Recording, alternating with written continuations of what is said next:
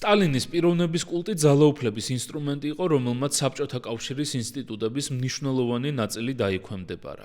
ეს ინსტრუმენტი იმდენად ძლიერად და ღრმად იყო გამჯდარი საბჭოთა პროპაგანდასა და პოლიტიკურ კულტურაში, რომ სტალინის გარდაცვალების შემდეგ ბოლომდე არ გაქრა და სხვადასხვა ფორმით თანამედროვეობამდეც მოაღწია. თქვენ უყურებთ პოდკასტს როგორ და რატომ და მე მისი წამყვანი ერეკლე შუბითიძე ვარ. დღეს ვისაუბრებთ სტალინის პიროვნების კულტზე, მის როლზე საბჭოთა პროპაგანდაში და ამ ფენომენის გამოძახილებზე თანამედროვე პოლიტიკაში. ამ მიმართულებით დღეს ჩვენი სტუმარი იქნება ლონდონის საუნივერსიტეტო კოლეჯის ასოცირებული ლექტორი მეგი ქარცივაძე. თუ მოგწონთ ჩვენი პოდკასტი, გთხოვთ მოიწონოთ ჩვენი ვიდეოები, გამოიწეროთ ჩვენი YouTube-ის არხი და ქვემოთ კომენტარებში დაგვიწეროთ თუ რა თემაზე ისურვებდით შემდეგ ეპიზოდს. დიდი მადლობა რომ გვიყურებთ.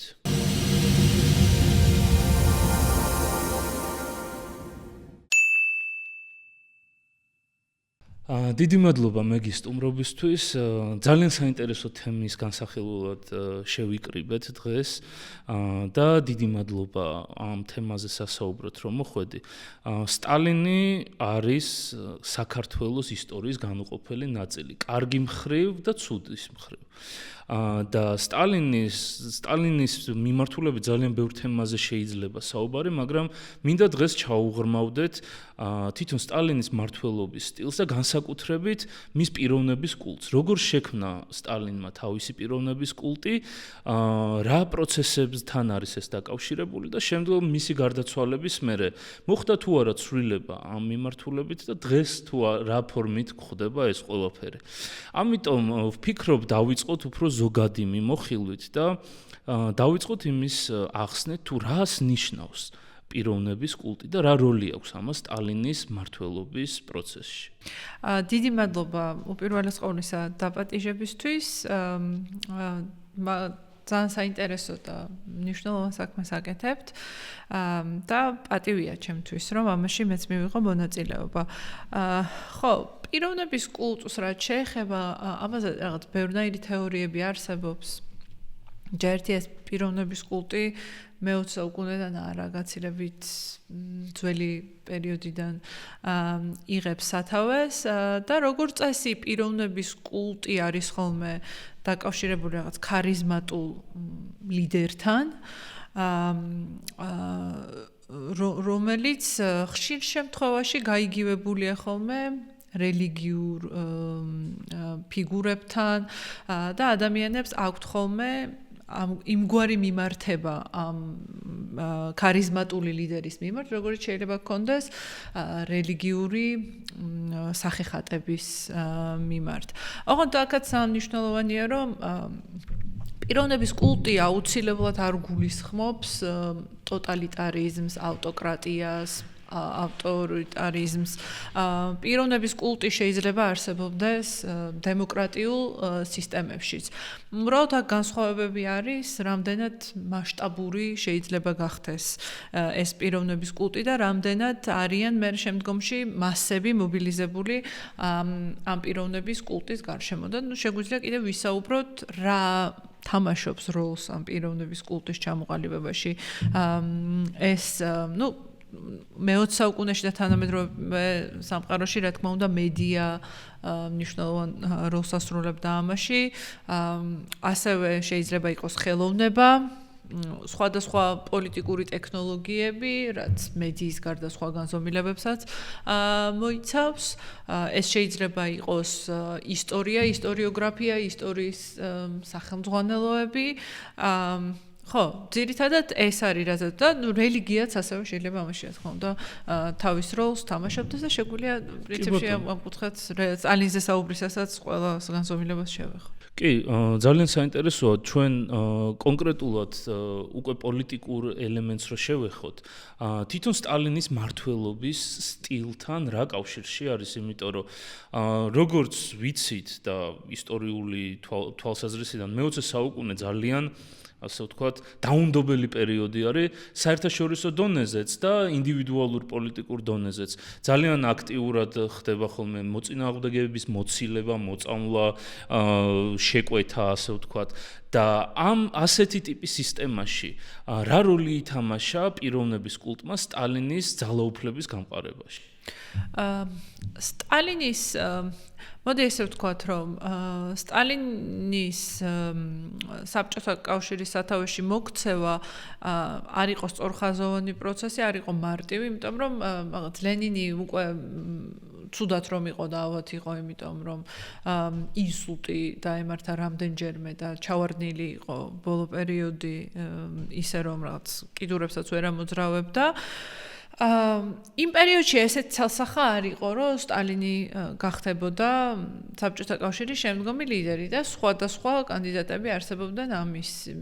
თავარი იყო ლეონ ტროცკი, იქით კამენევი, ზინოვიევი, ბუხარინი, ეს ადამიანები ყველანი იქ იყვნენ და სტალინი არ იყო მაინც და მაინც ფავორიტი, ხო. და კიდევ მნიშვნელოვანია, რომ მიუხედავად იმისა, რომ ეს პირველი მდივნის პარტიის პირველი მდივნის სტატუსი სტალინისთვის შეიქმნა და სტალინი დანიშნა თვითონ ლენინმა ეს თანამდებობა არ მოიაზრებდა რაიმე ქვეყნის სათავეში ყოფნა ეს უფრო ორგანიზაციული თანამდებობა იყო და მას ევალებოდა ასე ვთქვათ საკადრო პოლიტიკა პარტიის შიგნით რაც მან ძალიან ნიჭიერად გამოიყენა რაშიც მას თავის წარსული გამოცდილებაც დაეხმარა, იმიტომ რომ და მათ შორის საქართველოში გატარებული წლები დაეხმარა, იმიტომ რომ ეს დაგროვილი ჰქონდა გამოცდილება იმისი, რომ ხშირ შემთხვევაში ორგანიზებულობა და შენს გარშემო ლოიალისტების შემოკრება უფრო მნიშვნელოვანია ვიდრე თანამოაზრეების შემოკრება და ეს სტალინმა ძალიან ნიჭიერად განახორციელა. როდესაც ლენინის ბოლო პერიოდში უკვე ბოლო წლებში მას უთანხმოება ჰქონდა ლენინის მეუღლესთან, კრუპსკაიასთან სატელეფონო საუბარი შედგა მათ შორის, როდესაც გალანძღა სტალინმა კრუპსკაია იმის გამო რომ რაღაცა ლენინს სათანადოდ არ უვლიდა ეს და მე ამის შემდეგ ეს ცოლმა როგორც ჩანს უამბო ჩავარდნილ ლენინს და მან სტალინს მისწერა წერილი, ოღონდ მან მნიშვნელოვანია რომ ლენინი ამ დროს თავის ვერ წერს სავარაუდოდ კანტო ამ დოკუმენტის ავთენტურობა კითხვის ნიშნის ქვეშ არის, მაგრამ ნუ არსებობს ასეთი წერილი ლენინისგან სტალინს და ასევე ამ წერილის ასლს ის უგზავნის კამენევს და ზინოვიევსაც, რომელშიც სტალინს აკრიტიკებს იმის გამო რომ მის ცოლს შეურაცხყოფა მიაყენა და ითხოვს მისგან რომ ბოდიში მოუხადოს. სტალინი უხდის ბოდიშს ლენინის მეუღლეს, მაგრამ და ამის შემდეგ უკვე ლენინის ანდერძი არსებობს, რომელშიც ის სტალინს ძალიან აკრიტიკებს და ამბობს რომ ეს მოაშორეთ, მაგრამ მარტო სტალინს არ აკრიტიკებს იქ, ასევე ტროცკიზეც აქვს როგორც კრიტიკული, ასევე პოზიტიური შეფასებები ზინოვიევზე, კამენევზე და იმის გამო რომ ეს რაღაცა კონტროვერსიული იყო მისი ანდერძი, როდესაც ამ ანდერძის წაკითხვის საკითხი დადგა დღის წესრიგში და ლენინის მეუღლეც ამაში მონაწილეობდა, ყველას ინტერესებში შედიოდა ის, რომ ეს ანდერძი არ გასაჯაროებულიყო, იკითხეს პარტიის ყრილობაზე, მაგრამ ფართო მასებში არ გაასაჯაროვეს. და როდესაც ანუ ეს წაიკითხეს და იქ სტალინის მიმართ ეს კრიტიკული ჩანართები იყო, სტალინმა თავად შესთავაზა პარტიას, რომ ის წავიდოდა, რაზეც უთხრეს, რომ არა, არ არის საჭირო, არ წახვიდე და ესეც რაღაცნაირი თითქოს აი რაღაც პოკერის all in შევიდა და ვაბანკზე წავიდა და ამან გაამართლა და ასე დაიწყო ძალაუფლების კონსოლიდაცია, როცა პარტია უკვე მან აწია უფრო მაღლა ვიდრე სახელმწიფო და სახელმწიფო უწყებები და მერე უკვე იწყებს ნელ-ნელა ველის მოსუფთავებას. ეს ველის მოსუფთავება არის რომ ჯერ კამენევი და ზინოვიევი, რომლებიც აი ამ ანდერძის წაკითხვისას მის მხარეს იჭერდნენ, ჯერ პირველი იშორებს ამათ და ამ შემთხვევაში ბუხარინი იჭერს მის მხარს. მერე ბუხარინსაც გაიუცხოვებს მას შემდეგ, რაც მიატოვებს ახალ ეკონომიკურ პოლიტიკას და დაიწყებს კოლექტივიზაციას და სწრაფ ინდუსტრიალიზაციას. ბუხარინი, რომელიც ამ ახალი ეკონომიკური პოლიტიკის აპოლოგეტი იყო, ასე ვთქვათ, მას მოიხსენიებს უკვე მემარჯვენე რადიკალ ოპოზიცია და უკვე დიდი რეპრესიების დაწყების დროს ესენი ყველანი ემსხვერპლებენ. ტროცკი ამ დროს გაქცეულია უკვე საბჭოთა კავშირიდან, ჯერ თურქეთში, მერე მექსიკაშია და იქაც კლავენ მერე უკვე საბჭოთა კავშირიდან გაგზავნილი აგენტი, იქ მასაც კლავს. ხო, ეს არის თვითონ პრაქტიკულად როგორ მოახერხა და ძალიან ასე ვთქვათ, ნიჭიერად ლავირებდა, მათ შორის იდეოლოგიით ანუ მიუხედავად იმისა, რომ კომუნისტი იყო და ბოლომდე კომუნისტური იდეოლოგიის ერთგული იყო, ამ კომუნიზმის შიგნითაც ისე ნიჭიერად ლავირებდა. ეს იყო ალბათ რაც ლენინისგან ისწავლა, რომ უფრო პრაქტიკული და პრაგმატული უნდა ყოფილიყო და ნაკლებად დოგმატური და უფრო ასე ვთქვათ, პრაგმატულად გამოეყენებინა ის ინსტრუმენტები, რაც მის ხელთ არსებობდა.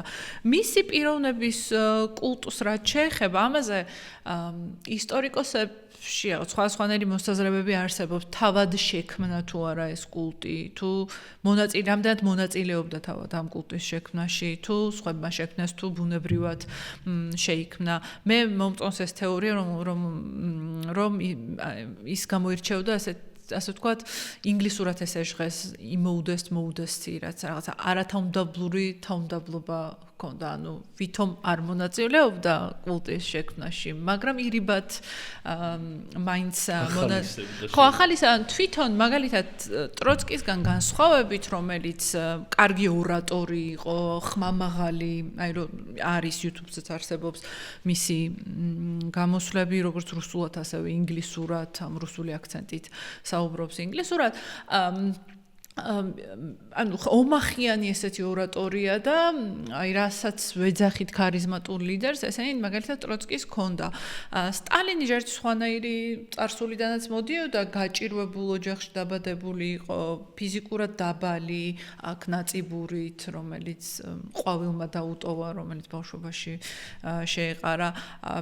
აი და როგორც ამბობენ, ესეთი ხმამაღალი არ იყო, იქამდე სანამ მიკროფონს გამოიგონებდნენო, წესიერად ვერც აგონებდა მის გარშემო შეკრა. ანუ ეს რაღაცა კლასიკური მახასიათებლები რაც არსებობს თვითონ ქარიზმატული ლიდერის, ესეც არ ჰქონდა, მაგრამ მაინც მოხერხდა მისი კულტის შექმნა, ალბათ ამაში გარკვეულწილად იმ შიშმა და ტერორმა თავისი როლი ითამაშა, იმიტომ რომ რაღაცა ტერორის პირობებში ხალხი, ადამიანები ეძებენ გზებს, როგორ ადაპტირდნენ ასეთ რეალობასთან და რაღაც მექანიზმებს ავითარებენ, რომ თავი გადაირჩინონ და ერთ-ერთი ასეთი მექანიზმი შეიძლება ყოფილიყო ლიდერის კულტი. და მეორე არის ხო, რომ თვითონ ინტელიგენციას და პოლიტიკური ელიტაც ამაში იღებდა მონაწილეობას, როგორც მოსკოვში, ასევე პერიფერიებში, როგორც საქართველოში, ასევე სხვა რესპუბლიკებში, სადაც პოლიტიკური ელიტა, ასე ვთქვათ, მლიქვნელობდა თუ პირფერობდა მასთან იმისთვის, რომ ასე ვთქვათ, ცენტრთან დაელაგებინა თავისი ურთიერთობები, განადიდებდა ლიდერის პიროვნების კულტს, ადგილობრივი ინტელიგენციაც ამაში ყვებოდა, იმიტომ რომ თავი გადაერჩინა, როგორც პროფესიულად, ასევე ფიზიკურად და ადამიანებიც, ეხლა მაგალითად საქართველოში არსებობს ეგეთი არაერთი მოგონება, როდესაც ადამიანები იხსენებენ მათ დედებს და ბებიებს ხატებთან ერთად, რომ ეკიდა სტალინის პორტრეტი და ლოცულობდა. ჯერ ერთი მეორე მსოფლიო ომამდე რელიგია ძალიან ტაბუდადებული თემა იყო. მერეც ახლა რა თქმა უნდა საბჭოთა კონტროლის ქვეშ იყო ეკლესია, მაგრამ ხო, ანუ ანტირელიგიური სახელმწიფო იყო. მიუხედავად ამისა, როგორც ჩანს, ხატები ეკიდათ სადღაც მიმალულში, იქვე იყო სტალინის პორტრეტი და როდესაც ბიძებს და ვიღაცას დაუჭერდნენ, მათი ბებიები და დედები მიდიოდნენ და ამ პორტრეტთან ლოცულობდნენ. იმიტომ რომ ჰქონდათ ამით შეგრძნება, რომ ერთადერთი, ვისაც შეიძლებოდა ეშველა მათთვის, იყო სტალინი. ძალიან საინტერესო არის. მეც გამიგია ეგეთი. ეხლაც არის პრინციპში რამდენიმე მცდელობა, რუსეთშიც იყო მცდელობა, რომ სტალინი ერთის მხრივ წმინდანად შეერაცხათ, მისი ხატებიც დაიწერა. არის ეს დღემდე არის შემორჩენილი და როგორ გადარჩა ამაზე ცოტა მოგვიანებით ვისაუბროთ, მაგრამ ეხლა ძალიან საინტერესოა ჩვენ ვახსენეთ ლენინის დატოვებული ანდერძი, მისი ხედვები ვის უნდა გაეგრძელებინა ასე შემდეგ. რამდენად ფართოდ და ასე ვთქვათ, მასობრივად გავრცელებული იყო იმ პერიოდში ლენინის ძალაუფლება. იგი იყო იმ დონეზე აყვანილი, როგორც ის იყო უკვე საბჭოთა კავშირის მომდევნო წლებში, თუ ანუ თავიდანვე თუ მისი გარდაცვალების შემდეგ მოხდა ამის ხელშეწყობა. პოპულარული იყო, რა თქმა უნდა, მაგრამ რასაც ვეძახით ლენინის კულტზე, ძირითადად სტალინიზმის ეპოქაში იქმნება აი ესე მასიურად ლენინის ძეგლების აღება და ასე ვთქვათ, მისი ასე რაღაც კულტის დონეზე აყვანა უფრო მეტად მერე ხდება.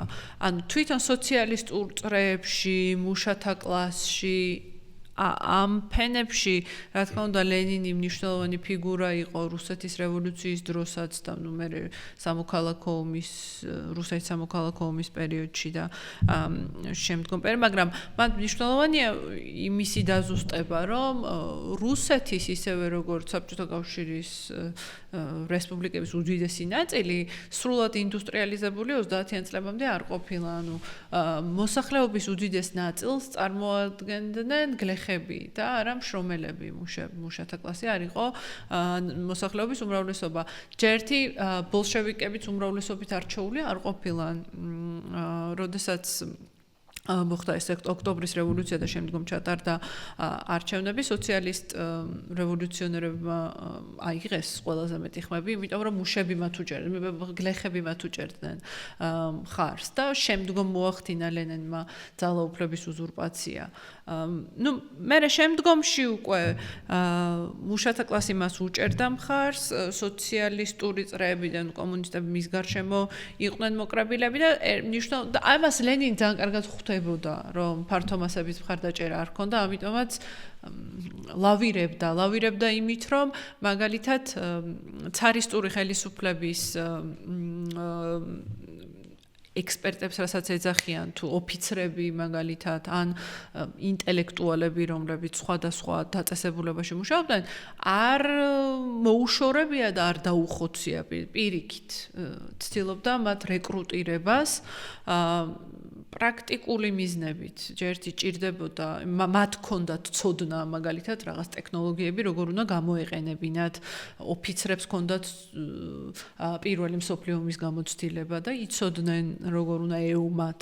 ამიტომ მათი რეკრუტირება ხდებოდა აქტიურად, თუმცა არენდობოდა, ესეც იყო, რომ არენდობოდა და ამიტომაც ყველა დაწესებულებაში ეს პოლიტიკური კომისრები არსებობდნენ, რომლებიც ზედამხედველობდნენ ამ არასანდო ელემენტებს და მეტიც, ანუ ერთი იყო სახელმწიფო დაწესებულებები და ცალკე იყო პარტია და პარტიული დაწესებულებები. ეხლაც არქივებში რომ მიდიხარ, არსებობს საბჭოთა კავშირის არქივი, არსებობს ორი არქივი, პარტიული არქივი და სახელმწიფო არქივი, ანუ რაღაცა ორმაგი სახელმწიფო, გაორებული სახელმწიფო იყო, რაც აი ზუსტად ამ უნდობლობა თამაშობდა ამაში როლს. ანუ პარტიაში არ იყვნენ ეს ცარისტული ელემენტები, მაგრამ სახელმწიფო დაწესებულებებში, რაღაცა ქარხნებში, ასე შემდეგ, ჯარში ისინი იყვნენ.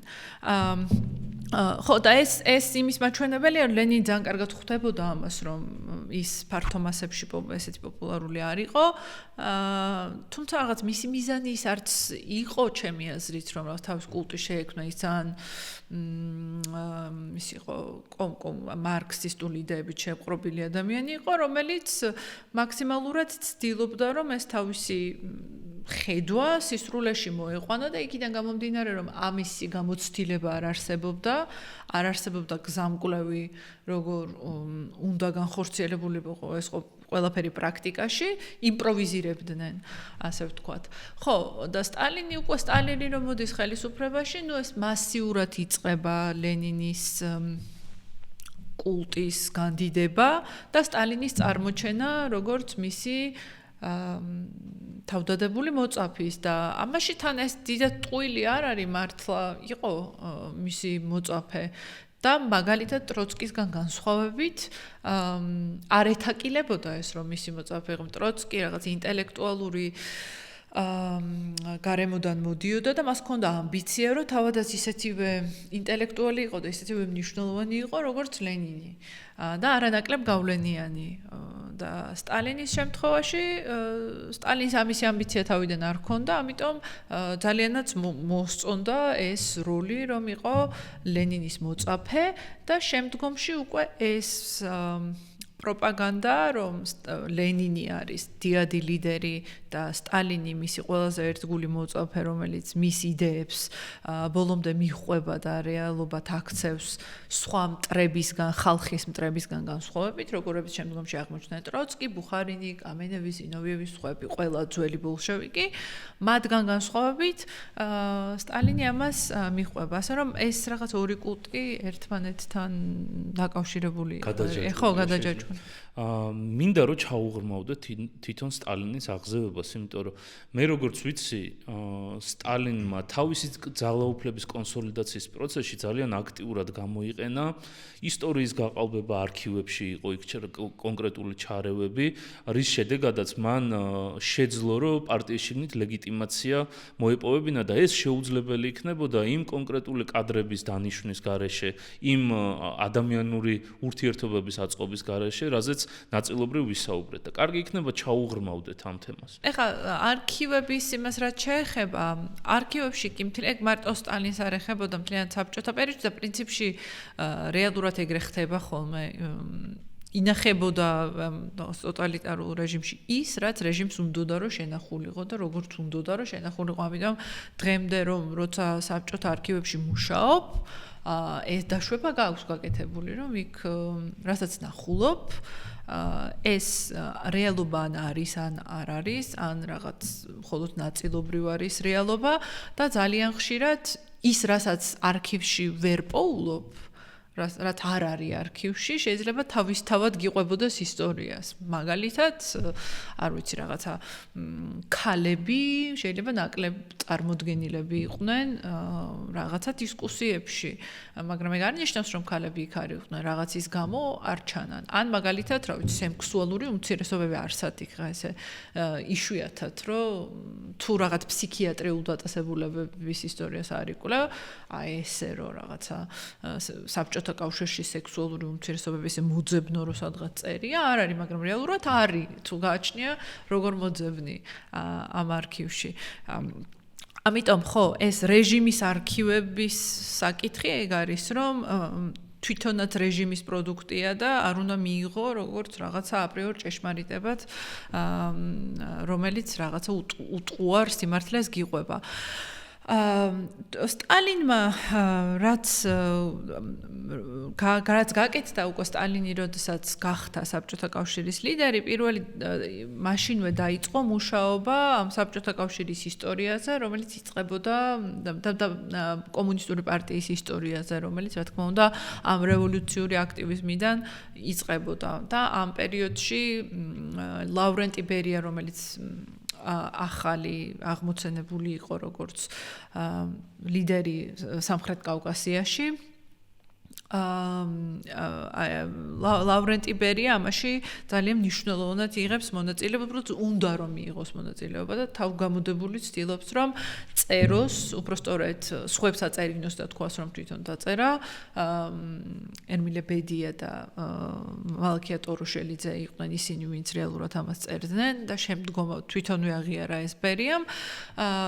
წერს სტალინის რევოლუციური წლების შესახებ კავკასიაში და კონკრეტულად საქართველოში და ცდილობს რომ ამ თემის მონოპოლიზირება მოახდინოს, რომ რადგან სტალინი ქართველია, რადგან მისი რევოლუციური აქტივიზმი დაიწყო კავკასიაში, ამიტომ ქართველებს და პირადად მას აქვთ მონოპოლია სტალინის ამ წლებთან.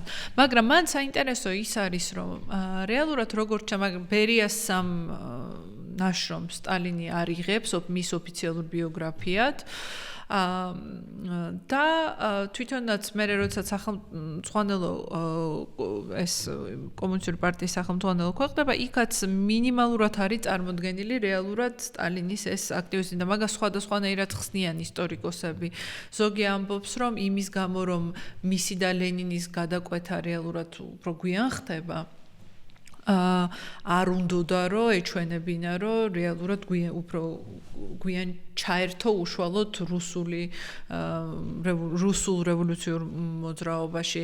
ნუ ვიღაცაები ამბობს რომ რაღაც თავისი ქართული წარსულის ცხენო და რაც მე არ მგონია რომ ეგრე ყოფილიყო მაინც და მაინც რომ ამის ცხენო და უფრო რეალისტური ის არის რომ მისი თუ მის ბიოგრაფიას გავყვებით რაღაც ბავშვობიდან ადრეულ 1900-იან წლებამდე ვნახავთ რომ ის ჯერ არის ნაციონალისტი და მერე ტრანსფორმირდება სოციალისტად და კომუნისტად და რუსი ნაციონალისტია თუ ქართველი ნაციონალისტი? თავიდან ქართველი ნაციონალისტია, ამასაც შეგვიძლია შევხვდეთ რატო არის ქართული ნაციონალისტი და მერე რატომ ტრანსფორმირდება ესე, მაგრამ ხო აი ამისი შეთავსება კომუნისტურ იდეოლოგიასთან შეიძლება და პრობლემური ყოფილიყო, ამიტომ თავად ერჩივნა რომ ეს ამბავი მიჩუმებულიყო და ამიტომ ხო ნუ ყოველ შემთხვევაში ეს სახელმძღვანელოები იწერებოდა, მაგრამ აი მისი მხრიდან ის რომ მის ქართულ და კავკასიურ რევოლუციურ გამოცდილებაზე რაღაც განსაკუთრებული აქცენტი გაკეთებულიყო, ეს არ ჩანს. თუმცა ამის პარალელურად იქ მიდის დიდი შეჯიბრი, ვინ დაწერს სტალინის ბიოგრაფიას და იქ პრავდას ფურცლებზე და ასე შემდეგ უკვე 20-იან წლების შუიდან, უფრო 28 წლიდან, თუ 26 წლიდან იწყება მისი დაბადების დღეების ესე აღნიშვნა, რაც უკვე პირველი ელემენტებია პიროვნების კულტის გაჩენის. კი ბატონო, მოდი სანამ გადავიდოდეთ და გავაგრძელებდეთ, ძალიან საინტერესო თემა წამოწიე და ბევრმა შეიძლება არ იცოდეს, მე მათ შორის მეც არ მაქვს ძალიან ბევრი ინფორმაცია ამ თემაზე და ძალიან საინტერესოა მისი ტრანსფორმაციის პროცესი ქართველი ნაციონალისტიდან უკვე რუსეთის ან საბჭოთა ნაციონალისტად. მან მნიშვნელოვანი არის ის, რომ სასულიერო სემინარია და ის გარემო, რომელშიც დაიბადა და მერე გაიზარდა. ეს არის რუსეთის იმპერია და საქართველო არის რუსეთის იმპერიის პერიფერია. იმ პერიოდში ქართულ ეკლესიას არ აქვს ავტოკეფალია, ამ სასულიერო სემინარიას განაგებს რუსული ეკლესია, იქაც ხელმძღვანელობაში არიან ან რუსები, ან გარუსებული ქართველები და ძალიან ჩაგვრელი გარემო არის და როგორც ჩანს სტალინი ბავშვს პატარა სოსო თავიდანვე იყო ეს რაღაც მე ამბოხე სულის და ბუნების მატარებელი, ხვდება ამ გარემოში, ამ ჩაგვრელ გარემოში თავს გრძნობს დაჩაგრულად როგორც არაპრივილეგირებული გარემოდან წამოსული, იმიტომ რომ ის მისი მეწაღის ოჯახში დაიბადა, ხო, გორში და საკმაოდ გაჭირვებული იყო მისი ოჯახი. ამ სასულიერო სემინარიაში საერთოდ თუ სასულიერო პირის ოჯახიდან არისო, არ იღებდნენ მოსწავლეებს, უბრალოდ ამას დედამ ჩაუწყო, რომ იქ ეთქვათ, რომ ვითომ მამამისი, ბესო ჯუღაშვილი იყო დეკანოზი და ასე მიიღეს, დიაკვანი უფრო სწორედ და ასე მიიღეს და ხო ეს ქართველი პატარა ბიჭი ხდება ამ ჩაგვრელ გარემოში და ამ გარემოს პირველი უჯანყდება როგორც ნაციონალისტი, იმიტომ რომ მან ჯერ არ იცის სოციალიზმის შესახებ ბევრი არაფერი. მერე უკვე თბილისში, როდესაც გადმოდის, იქ ამ სამკითხველო წრეებში ერთვება, სადაც კითხულობს მარქსს, გებულობს ამ მარქსის ფილოსოფიის შესახებ და როგორც ჩანს ის გადაწყვეტს, რომ ამ ჩაგვრაზე და ჩაგრულ გარემოზე უკეთესი პასუხი აქვს მარქსს და მარქსისტულ ფილოსოფიას, ვიდრე ნაციონალიზმს. და მარქსი რას ამბობს, ხო, რომ ეს ჩაგვრა სინამდვილეში ნაციონალისტური ან ეთნიკური ან რასობრივი კი არ არის კლასობრივი, რაც მერე განაპირობებს ნაციონალისტურ, ეთნიკურ და ყველა სხვა სახის ჩაგვრას. თუ არ იქნება კლასობრივი უთანასწორობა, საერთოდ საერთოდ აღარ იქნება არც ნაციონალისტური განსხვავებები, არც ეთნიკური განსხვავებები და იქ ჩაგვრა საერთოდ აღარ იარსებებს. ამიტომ სტალინი უკვე იხიბლება მარქსის იდეებით, სოციალიზმით და მე მის პატარა სტალინის პოეზიაში კარგად ჩანს ეგ-ნელ-ნელა როგორ ტრანსფორმირდება ნაციონალისტიდან სოციალისტად და მე უკვე რაც უფრო უკვე როდესაც რუსული სოციალისტური პარტიაში წევრიანდება ლენინსაც შეხვდება და უკვე კავკასიაში აქტივიზმს მოილევს და რუსეთში მიდის მის წინ უკვე იშლება ისეთი ასპარეზი და ისეთი პერსპექტივა როდესაც იქით რაღაც იმპერიის ცენტრიდან რომ უყურებს ამ ყველაფერს საქართველოს პერიფერია და აღარაა მნიშვნელოვანი მისთვის ის ყველა. არის პერსონალურ დონეზე მნიშვნელოვანია, იმიტომ რომ იქ პირადი ანგარიშები აქვს ადგილობრივ მენშევიკებთან და ასე შემდეგ, ხო?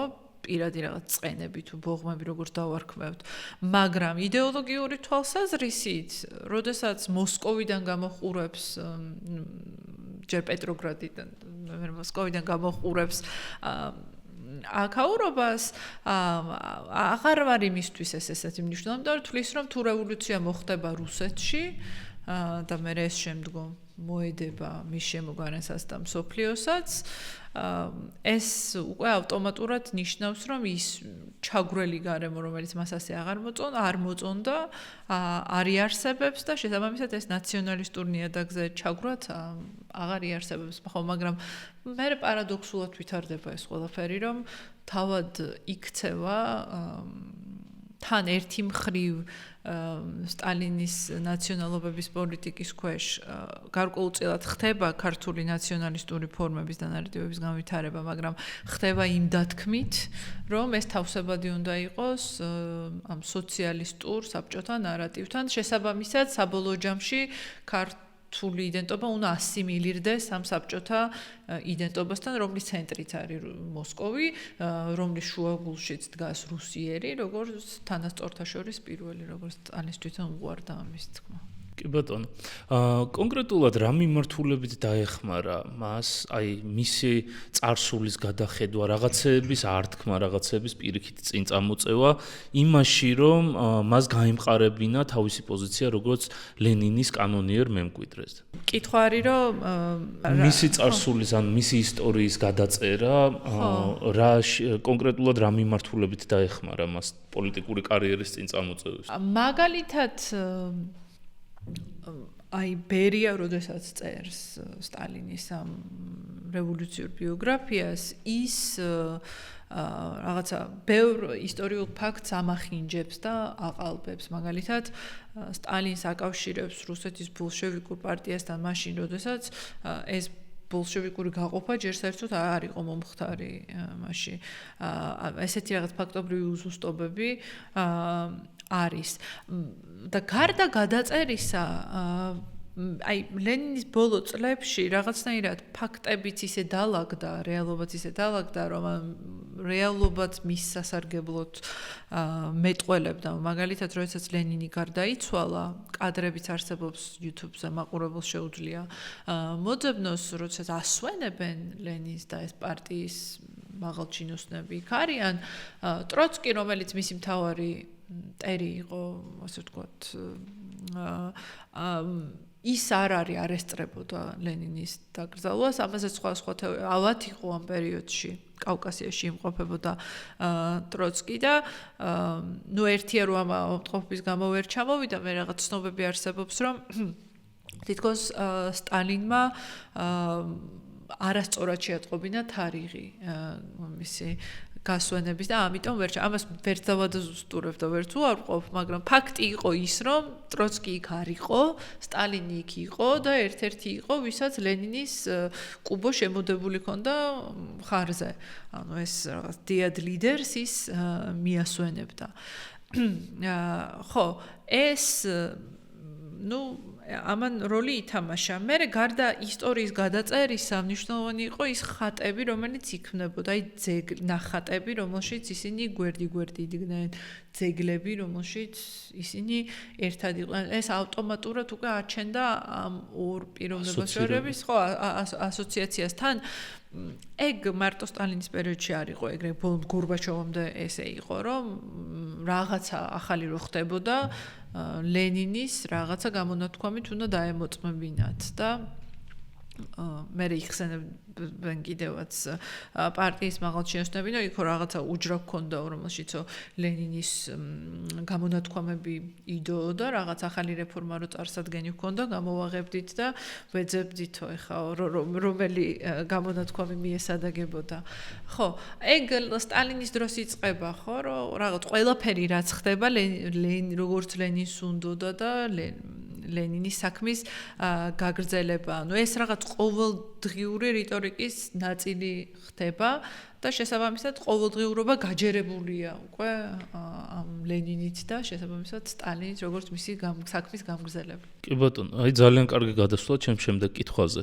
თვითონ პროპაგანდა, რომელიც იწარმოებოდა და მიზნად ისახავდა ერთის მხრივ ლენინის გაღმერთებას, მეორეს მხრივ ამ გაღმერთებულ გარდაცვლილ ადამიანთან სტალინის წინწამოწევას, აღზევებას, მის ასევე გაღმერთებას, მესიანიზმის თემის წინწამოწევას, როდიდან დაიწყო ეს პროპაგანდა, რა ფორმით დაიწყო და დაფარვა რა ქონდა? იყო ეს ვიწრო პოლიტიკურ ჭრილში პარტია და პარტიასთან ასოცირებული და საჯარო სამსახურის მხრივ თუ უკვე მასიურად იყო მთელს საბჭოთა კავშირში? პიროვნების კულტის ესეთია, თვითონ სტალინის კულტის მშენებლობა უფრო ვიტყოდი, რომ 1928 წლიდან იწყება, როდესაც ხდება ეს ეგრეთ წოდებული კულტურული რევოლუცია. ეს ძირითადად ჩინეთთან არის ხოლმე ეს ტერმინი დაკავშირებული, მაგრამ ასევე ესეთ ისტორიკოს შილა ფიცპატრიკს აქვს გამოყენებული ეს ტერმინი საბჭოთა კავშირთან დაკავშირებით და ის პერიოდს 1908 წლიდან 1932 წლამდე ეძახის კულტურულ რევოლუციას. ნუ ამაზეც არსებობს რაღაც სხვა მოსწრებები, რომ რეალურად საბჭოთა კავშირში კულტურული რევოლუცია თავიდანვე 1920-იანი წლებიდანვე, ადრეული 20-იანი წლებიდანვე იწყებოდა, მაგრამ ის კონკრეტულად ამბობს, რომ აი ეს კონკრეტული ფაზა როდესაც სტალინი პირდაპირ იწყებს წმენდას და მოშორებას ამ არასანდო ელემენტების, როგორც ქარხნებში თუ ფაბრიკებში თუ წარმოებაში, ასევე თვითონ პარტიის შიგნით, ეს პერიოდი 1928 წლიდან 1932 წლამდე, აი როცა თან ცენტრალიზაცია ხდება ეტაპობრივი და მე უკვე 32 წელს გვირგვინდება სოციალისტური რეალიზმის ოფიციალურ ჟანრად გამოცხადებით. და უკვე 32 წლიდან ამ სოციალისტური რეალიზმის ფარგლებში ეს კულტი სულ უფრო და უფრო მასშტაბური ხდება, აღწევს ყველა სფეროში, იქნება ეს მხატვრობა, კინო, მწერლობა, ისტორია, ну ასე შემდეგ, მშენებლობა, სკულპტურა,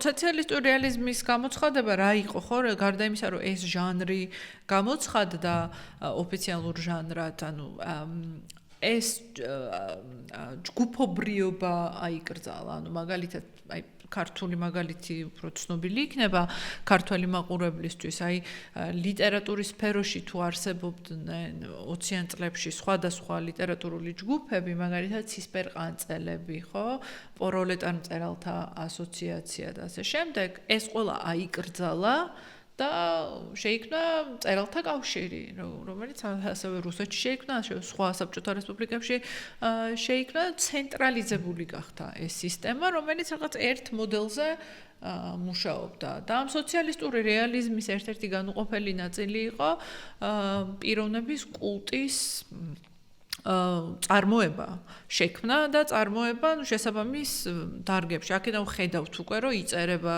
ნაწარმოებები, რომელიც ზოგი პირდაპირ ეხება სტალინს, ზოგი ალეგორიულად, რა ვიცი, აი რუსეთში მაგალითად ეს არის რომ აკავშირებენ ისეთ ფიგურებთან, როგორც არის ივანე მრისხანე, პეტრე პირველი. საქართველოში ეს რაღაცა ქვეტექსტებით აკავშირებენ, მაგალითად არსენას ფიგურას, არსენა უძელაშვილის ფიგურასთან, ან დავით აღმაშენებელთან. ან სანამ დავით აღმაშენებელი დაიწერება, მანამდე კონსტანტინე გამსახურდია თვითონ ბელაძე წერს წიგნს, რომელსაც სტალინი დაიწუნებს თვითონ და ამიტომ მისი მეორე ნაწილი საერთოდ აღარ იბეჭდა. ამ დროს მის პატარაობაზე დაწერა ეს წიგნი ბერიას პირდაპირ დავალებით. მაგრამ ხო ამაშიც ჩანს, რომ დიდად დაინტერესებული იმითი არ არის, რომ მის ბავშვობაზე რაღაცაები წერონ და მეტიც საერთოდ ის მე ესეთი შთაბეჭდილება მრჩება ჩემს სადოქტორო ნაშრომში ამას ვწერო, ის დიდად არ ჩანს არსად ყოველ შემთხვევაში საარქივო მასალებში მისი დაინტერესება, რომ მისი ქართული კულტი შექმნილიყო. მისი კულტი კი ბატონო საბჭოთა კავშირის მასშტაბით, მაგრამ აი რაღაცა ქართული ელემენტებით კულტი რო შექმნილიყო, ეს თვითონ ქართველების შემოქმედება უფრო არის, ვიდრე სტალინის და ქართველებში გულისხმობ უპირველეს ყოვლისა პოლიტიკურ ელიტას და შემდგომ ინტელიგენციას, რომელიც ამას რაღაც პირადი ინტერესებიდან გამომდინარე. შეიძლება ეს რაღაცა მაინც კარიერული ინტერესები კი არ იყო, არამედ უბრალოდ თავი რო გადაერჩინა, სხვა გზა არ ქონდა და ამაზე წერდა.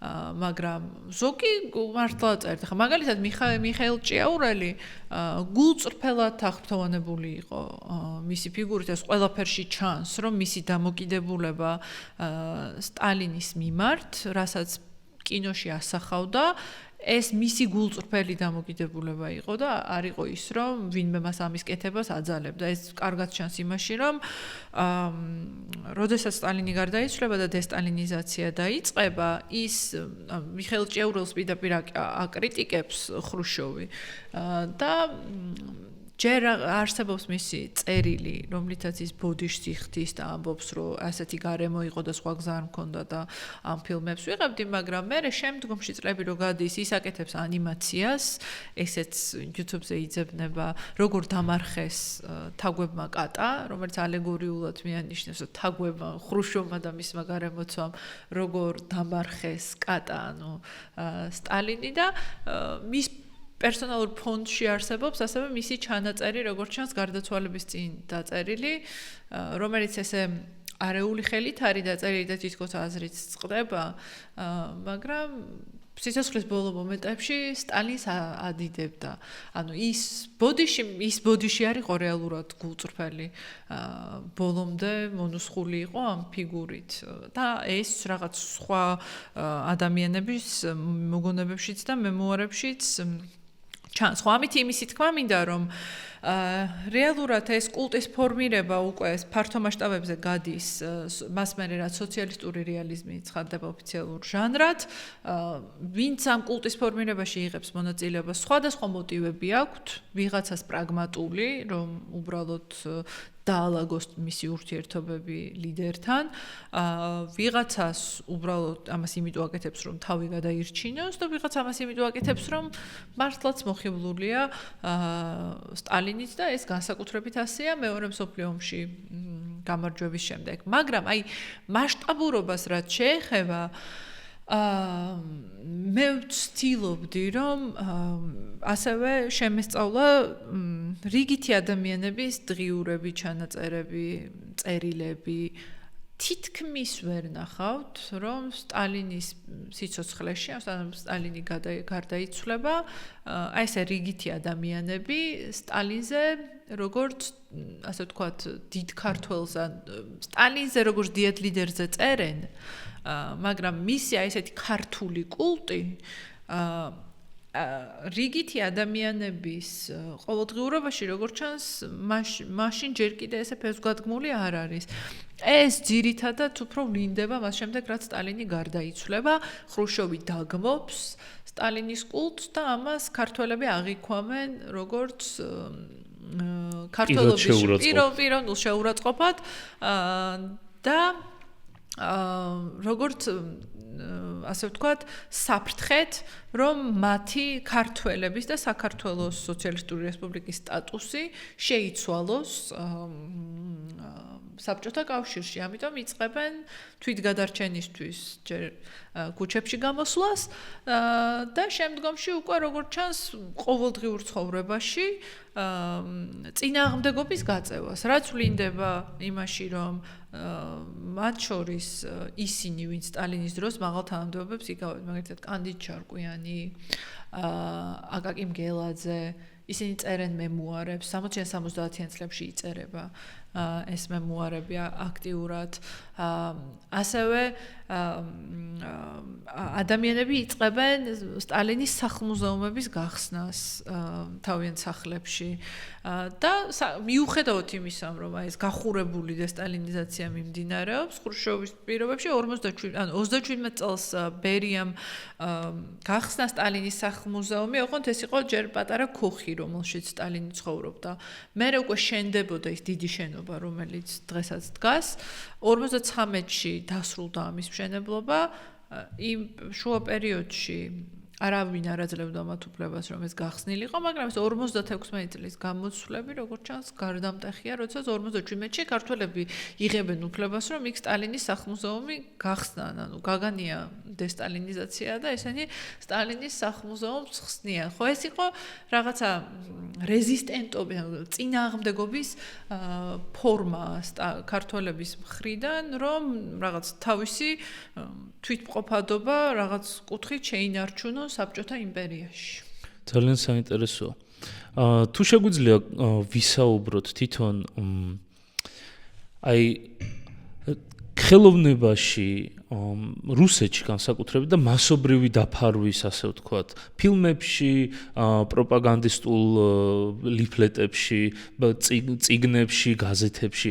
ძირითადად სტალინის, აი ვთქვით, რომ იყო რაღაც მცდელობები ქართველების მხრიდან, რომ ქართული კულტით შექმნილიყო, მაგრამ მას ამის სურვილი არ ჰქონდა. თვითონ რასთან უნდოდა, რომ ასოცირებული ყოფილიყო, რა ისტორიულ ფიგურებთან უნდოდა, როგორი ტიპის ლიდერთან უნდოდა, რომ ასოცირებული ყოფილიყო. ასოცირება, როდესაც უკვე 30-იანი წლებიდან იწყება საერთოდ ისტორიის როგორც დარგის რეაბილიტაცია და ისტორიული გმირების რეაბილიტაცია, ეს პირველ რიგში ეხება რუსულ ისტორიოგრაფიას და მერე ვრცელდება სხვა დანარჩენ რესპუბლიკებში. ეს გულისხმობს, რომ თუ მანამდე 20-იან წლებში მარქსისტული ისტორიოგრაფია ნიშნავდა იმას, რომ მთელი ისტორია ორგანიზებული იყო კლასობრივი, ანუ კლასების ისტორია იყო, ხო? კლასები როგორ ვითარდებოდნენ, როგორ უპირისპირდებოდნენ ერთმანეთს. 30-იან წლებში უეცრად ხდება ამ ისტორიული გმირების რეაბილიტაცია, რაღაც ალექსანდრ ნევსკი, პეტრე პირველი, ივანე მრისხანე კვლავ ჩნდებიან ისტორიის სახელმძღვანელოების ფურცლებზე. ნუ იგივე საქართველოს შემთხვევაშიც იგივე ხდება რაღაც საუბარია დავით აღმაშენებელი, ერეკლე მეორე, ესენი რაღაც გიორგი სააკაძე, ისევ დიდი ფიგურები ხდებიან ამ ისტორიის სახელმძღვანელოებში და ეს რაღაც საქართველოს და რუსეთის გამონაკლისი არა, ყველა რესპუბლიკაში ასე ხდება. ნუ ეს რაღაცა ლატენტური ასოცირება ამ ფიგურებსა და სტალინის შორის ხდება იქიდან გამომდინარე, რომ იმის მიხედვით როგორ დაიწერებოდა ისტორიული ნარატივი, ანუ იმის მიხედვით რა გეოპოლიტიკური თუ შიდა პოლიტიკური ვითარება იდგა, იწერებოდა ეს ისტორიული ნარატივები. მაგალითად, ალექსანდრ ნევსკის ფილმიც რო არსებობს, სერგეი ეიზენშტეინი იღებს ამ ფილმს, თავიდან, ანუ ეს იყო წარმოჩენილი როგორც აი გერმანელებთან მებრძოლი, მერე როდესაც მოლოტოვ-რიბენტროპის პაქტი ფორმდება საბჭოთა კავშირსა და გერმანელებს შორის, უეცრად ეს ფილმი ქრება ალგორითმიდან, ეკრანებიდან და მე როდესაც ომი იწყება, ჩნდება ისევ, იმიტომ რომ ანუ ეს ნარატივი გეოპოლიტიკური და შიდა პოლიტიკური ვითარებები აისახებოდა პირდაპირ ისტორიულ ნარატივებზე იმის მიხედვით რა როგორ ჭირდებოდათ ისე ლაგდებოდა და შესაბამისად ხა ალექსანდრე ნევსკიც ლიდერია, რა ვიცი პეტრე პირველიც ლიდერია, დავით აღმაშენებელიც ლიდერია და ანუ რაღაც ქვეტექსტებით ასოცირება ხდება იმ დროინდელ ლიდერთან. სტალინთან ამ შემთხვევაში და გიორგი სააკაძის შემთხვევაში ხო ასეა ფილმსაც იღებენ რაც ეხმიანება სტალინის ფიგურას საბოლოო ჯამში. ერთი ხო ანუ ეს ისტორიულ ფიგურებთან დაკავშირებას რაც შეეხება, მაგრამ გარდა ისტორიულ ფიგურებთან დაკავშირებისა, აი თვითონ სივრცეა ძალიან საინტერესო იმ ნახატებში, ასევე ლიტერატურაში, რომელიც სტალინის კულტის გარშემო იქმნებოდა. ამ სივრცე იმეორებს, ასე ვთქვათ, ამ საბჭოთა კავშირის იმპერიალისტურ ლოგიკას. ეხლა ჯერ პირველ რიგში ვთქვათ ის, რომ მიუხედავად იმისა, რომ საბჭოთა კავშირი რაღაც ანტიიმპერიალისტური სახელმწიფო უნდა ყოფილიყო, იმიტომ რომ მარქსიზმი თავისი არსით ანტიიმპერიალისტურია. საბოლოო ჯამში საბჭოთა კავშირი თითქმის ერთ-ერთი იმეორებდა რაღაც კლასიკური იმპერიების ლოგიკას, როგორც იყო რაღაცა მოდერნულობის იდეის შემოტანა და რაღაც პერიფერიების გამოდერნულობა, გაცივილიზებულობა, თავს მოხვევა. ამ პერიფერიების რაღაც არსებობდა ცენტრი და ჩამორჩენილი პერიფერიები, რომელიც ამ ცენტრს უნდა განევითარებინა, ასე ვთქვათ. ამ იმპერიალისტურ ლოგიკას პირდაპირ იმეორებდა საბჭოთა კავშირი და ეს ჩანს იმ სივრცეში, რომელიც იმ ხელოვნებაში არსებობს, რომელიც სტალინის კულტის გარშემო შეიქმნა. აი ნახატებს თუ აიღებთ მაგალითად სტალინზე რაც არის დახატული, ძირითადად ის არის ცენტრში და ყველაფერი ხდება მის გარშემო, ყველაფერი უფრო პატარაა და მთლიანად ასე ვთქვათ მის გარშემო ტრიალებს. იგივე ლოგიკას იმეორებდა ეს საბჭოთა კავშირიც, რომ მოსკოვი და მოსკოვის სათავეში სტალინი არის ცენტრი და სხვა ყველაფერს იმპერიები არის შემოკრებილი ამ ცენტრის გარშემო და ხო პრინციპში საბოლოო ჯამში ეს კულტი ხდება ამ იმპერიალისტური ლოგიკის განსხეულება. სტალინი არის იმ ყველაფრის განსხეულება ამ შემთხვევაში, რასაც საბჭოთა კავშირი წარმოადგენდა და თუ მას რამე უნდოდა მის პიროვნებასთან დაკავშირებით, ალბათ უფრო ეს იყო, ვიდრე ვიღაცეებთან ასოცირება, რომ თავად ყოფილიყო იმ ყველაფრის განსხეულება, რაც შენდებოდა. კი ბატონო. მინდა სტალინის მმართველობაში ორ გამორჩეულ მომენტს პერიოდს შევეხოთ და რა როლი ითამაშეს ამ პერიოდებმა მისი პიროვნების კულტის გამყარებაში. ერთის მხრივ ალბათ წინ წარმოჩენაში და შემდეგ უკვე გამყარებაში. პირველი ეს პერიოდი არის 37 წლის 30-იანი წლების დიდი რეპრესიები.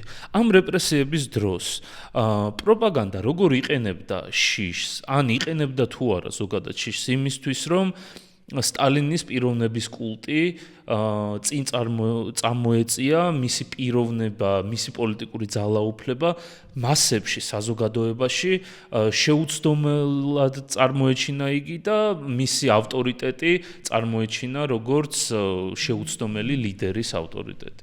ხო, ეგრე იყო, რა თქმა უნდა, იმიტომ რომ ვინც რეპრესირებული იყო, რაღაცა მარტივია თვითონ ამ მაგალითად საქართველოს შემთხვევაში არსებობს ეს სტალინური სიები, ხო? სტალინური სიები საქართველოსდან, რომელიც ყველს შეუძლია ნახოს. იქ საქმეები რო ნახოთ, ვინ რაზეა გასამართლებული, ნუ რა ვიცი 99%-ს უწერია, რომ ხალხის მტერია, ხო? ანუ ყველა ვინც რეპრესირებული იყო ხალხის მტერი. შესაბამისად სტალინის მტერის და სტალინი იყო ამ ხალხის მფარველი. ანუ ერთი მხრივ ეს დიქოტომია იქმნებოდა, რომ ვინც რეპრესირებულია და მათი ოჯახის წევრებიც ასევე არის. ანუ ისინი არიან ხალხის მტრები და ესენი ხალხის მტრების ოჯახის წევრები, ანუ ისინი სტიგმატიზირებულები იყვნენ. და ნუ მეორე მხრივ არის სტალინი, რომელიც ამ ხალხთა ბელადია, ხალხთა მფარველია.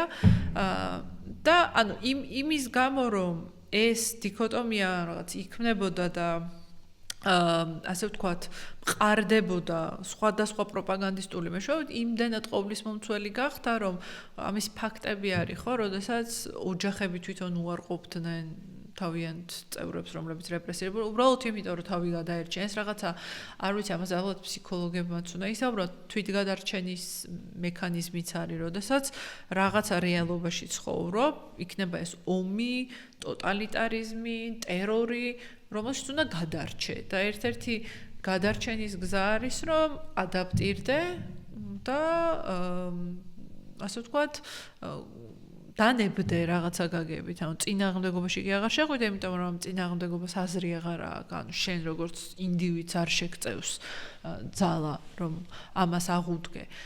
და ეგ აი საზოგადოების ატომიზაცია ერთ-ერთი მნიშვნელოვანი ელემენტია ხო ტოტალიტარული რეჟიმების, ანუ რატომ მუშაობდა ასე კარგად და რატომ არ იწვევდა წინააღმდეგობას საზოგადოებაში? იმიტომ რომ ანუ ჯერთი არსებობს შიში და ეს შიში არსებობს არა მარტო რეპრესორების მიმართ, ვინც შეიძლება დამიჭიროს და დამხრიტოს. არამედ არსებობს ჩემი მეზობლის მიმართ, ჩემი ოჯახის წევრის მიმართ, რომელმაც შეიძლება ეს ეგრეთ წოდებული ანონიმკა გაგზავნოს მაგალითად ჩემთან დაკავშირებით და ამიტომ მე თუ რამე არ მომწონს რეჟიმთან და ამას მეზობელთან, მეგობართანაც ვერ ვამბობ, იმიტომ რომ უნდობლობაა. ანუ საზოგადოება დაყოფილია, დაშლილია და შესაბამისად ერთადერთი გზა რაც დარჩა არის ის რომ ადაპტირდეს, დანებდეს და ხო დაკიდოს ლიდერის პორტრეტი ხატების გვერდით და მის წინაშე ილოცოს, იმიტომ რომ ეს როგორ ხდება, აი ძალიან ხშირად მიუხედავად იმისა რელიგიური არის თუ არა ადამიანი, ხშირად ეს რელიგიურ ადამიანსაც ემართება, ხო, რომ რაღაცა შეიძლება ღმერთს ივიწყებდეს მაშინ, როდესაც კარგად არის და ახსენდებოდეს მაშინ, როდესაც ძალიან ცუდად არის. ყველანაირ იმედს კარგავს, არაფრის გაკეთება მას აღარ შეუძლია, ანუ მის ხელთ აღარ არის ის რა მოხდება და ერთ-ერთი რაც შეუძლია არის რომ დაждდეს და ილოცოს. და იმის გამო რომ ეს ჯერთი ანტირელიგიურიც იყო და ეს ანტირელიგიური პროპაგანდაც ძლიერი იყო, ხშირ შემთხვევაში ლიდერის კულტი ანაცვლებს ამას და ერთადერთი რაც დამრჩენია არის ის რომ ვილოცო და შეიძლება ლიდერის კულტის წინაშე ვილოცო, რომ გადავრჩიან ჩემი ახლობელი გადარჩეს. და აქაც ეხა ამას უკავშირდება და მაგრამ ამასაც ვიტყვი რომ აი კულტის ჩამოყალიბებაზე ამბობენ ხოლმე რომ რა წინაპირობები არსებობდა იმისთვის რომ ეს პიროვნების კულტი ჩამოყალიბებული იყო, რაღაც სხვადასხვანაირი თეორიები არსებობს. ერთი არის მაგალითად ის რომ რელიგია ჩაანაცვლა პიროვნების კულტმა. ან ამბობენ რომ აი მეფის განსაკუთრებით აი რუსეთი, რომელიც ჯერ არ იყო ინდუსტრიალიზებული ამ 1900-იან წლების დასაწყისში, 30-იან წლებამდე იყო რელიგიური საზოგადოება, რომელმაც არ იცოდა დიდწილად წერა-კითხვა და არსებობდა იქ რელიგიური ხატები, რომელსაც ეთაყვანებოდნენ ადამიანები და არსებობდა ეს ხელმწიფე, რომელსაც ასევე ეთაყვანებოდნენ. და როდესაც ეს ყველაფერი გაქრა, გაჩნდა ვაკუუმი, რომელიც პიროვნების კულტმა, ეს იქნებოდა ლენინი თუ სტალინი, ჩაანაცვლა. მაგრამ მან ეს შეიძლება სიმართლე არის რუსეთის შემთხვევაში, მაგრამ ბოლომდე სიმართლე არ არის მაგალითად საქართველოს შემთხვევაში. კი საქართველოს რელიგიური იყო ყოველთვის და ეს რელიგიური არგუმენტი შეიძლება იყოს, მაგრამ აი ეს ცარისტულ ხელისუფლებაზე რაც არის, რომ ცარის ხელმწიფის კულტი არსებობდა და ეს მერე ამ კულტმა ჩაანაცვლა, საქართველოში არასდროს არ არსებობდა იმისი რუსეთის მეფის კულტი, ანუ პირიქით განსაკუთრებით. მაგრამ რუსეთის მეფე არასდროს ქართველი არ ყოფილა. ხო, არ ყოფილა, ანუ მაგრამ ეგრო აი tsarist takeovers უწოდებენ ამას. ეგ ძალიან რუსოცენტრული არგუმენტია და პერიფერიებზე პირდაპირ არ ვრცელდება, იმიტომ რომ საქართველო იმ იმპერიის ნაწილი იყო და განსაკუთრებით უკვე მე-19 საუკუნის მეორე ნახევრიდან წინააღმდეგობრივი ნაციონალისტური ისიც აზრი იკრებდა ძალას, ასე რომ ეგ რომ რაღაცა ხელმწიფის კულტი ჩაანაცვლა სტალინის კულტმა ამ შემთხვევაში საქართველოს შემთხვევაში ვერ ვიტყოდი რომ სიმართლეა. ასევე ამბობენ რომ აი ეს სოციალიზმი როგორც იდეოლოგია თავისთავად იმთავითვე ქმნიდა სივრცეს პიროვნების კულტებისთვის და რაღაც ინდივიდუალური გმირობებისთვის, რასაც რაღაც პლეხანოვზე აკეთებენ ხოლმე მას რეფერენსებს, მაგრამ მანდაც მგონია რომ აი მანდაც გამოტოვებულია მაგალითად ქართული პერსპექტივა სხვა პერიფერიებზე რომ არაფერი თქვათ, იმიტომ რომ საქართველოს სოციალიზმის უსხვანაირად ვითარდებოდა და ნამდვილად არ იყო პიროვნების კულტების გარშემო განვითარებული იდეოლოგია უგულისხმობ პირველი რესპუბლიკა, რომელიც აბსოლუტურად სხვა გზით ვითარდებოდა და ჯერ კიდე სანამ ოფიციალურად მოხდებოდა გაყოფა რუსეთში მენშევიკების და ბოლშევიკების, ეს წინააღმდეგობა ადგილობრივ დონეზე ამ იდეოლოგიურ რადიკალებთან, რომლებიც მე ბოლშევიკებს მიემხრნენ და სოციალ-დემოკრატებს შორის არსებობდა იმთავითვე. ამიტომ ვფიქრობ, რომ აი უფრო რაც ჩვენს შემთხვევაში შეიძლება რეალისტური იყოს, არის ეს ქართული საზოგადოება, რელიგიური საზოგადოება იყო, თან მაშინ დიდწილად აგრარული საზოგადოება იყო ჯერ კიდევ საქართველო და ხო ეს რაღაცა რელიგიური განზომილება შეიძინა და რაღაც იქ შემთხვევაში ჩაანაცვლა თუ არა არ ვიცი, მაგრამ ნუ რაც ვიცით ამ მემუარებიდან ვიღაცები ხატებთან კიდებდნენ ამ პორტრეტებს და ლოცულობდნენ. საინტერესო თემა არის ძალიან, რომ კი რუსეთში შეიძლება იმპერატორის კულტი, ეს ღმერთთან გათანაბრებული ადამიანის კულტი, რომელიც ყველას განაგებს, რუსული კულტურული მეხსიერებიდან, ისტორიულ-კულტურული მეხსიერებიდანაც არის, იმიტომ რომ თვითონ ბევრი თეორია არის, მაგრამ ის ადამიანები, ვინც რუსები ეკუთვნოდნენ იმპერატორს, ანუ იმათი მამა იყო და ესენი შვილები იყვნენ. საქართველოს შემთხვევაში არ არის აუცილებელი, მე მგონი, ერთი და იგივე მიზეზით ყოფილიყო. საქართველოში დღეს რაც არის და სტალინის დღევანდელ მეხოტბეებთან ხშირად მიწევს ხოლმე სამწუხაროდ სოციალურ მედიაში კომუნიკაცია, მათი ძირითადი თემა არის, რომ ისინი თავის პატარა ერის კომპლექსიდან გამომდინარე თავის წარმატებას ასოცირებას უკეთებენ სტალინის წარმატებასთან, რომ ქართველი პირველი ქართველი, რომელიც სოფლიოს აზანზარებდა და ასე შემდეგ. შეიძლება მრავალი სხვადასხვა კუთხიდან იყო. და ამაზე კიდე ვისაუბრებთ უკვე დესტალინიზაციის შემდეგ, როცა რა ხდებოდა და დღეს რა ხდება, ვისაუბრებთ, მაგრამ საინტერესოა თვითონ მეორე მსოფლიო ომის როლი თვითონ სტალინის კულტის გამყარებაში. რა როლი ითამაშა მეორე მსოფლიო ომის გეოპოლიტიკურმა მოცემულობამ სტალინის პიროვნების კულტის პროპაგანდისთვის? ეგ რა თქმა უნდა მეორე მსოფლიო ომის შემდეგ, როდესაც საბჭოთა კავშირი გამარჯვებული გამოდის ამ ომიდან, ამის შემდეგ უკვე რაღაც პიკს აღწევს პიროვნების კულტი და რაღაც შეუქცევადი ხდება უკვე და მე შემდგომში მიუხედავად დესტალინიზაცია უკვე მთლიანად გასდევს საბჭოთა ისტორიას და მე შემდგომშიც უკვე რჩება.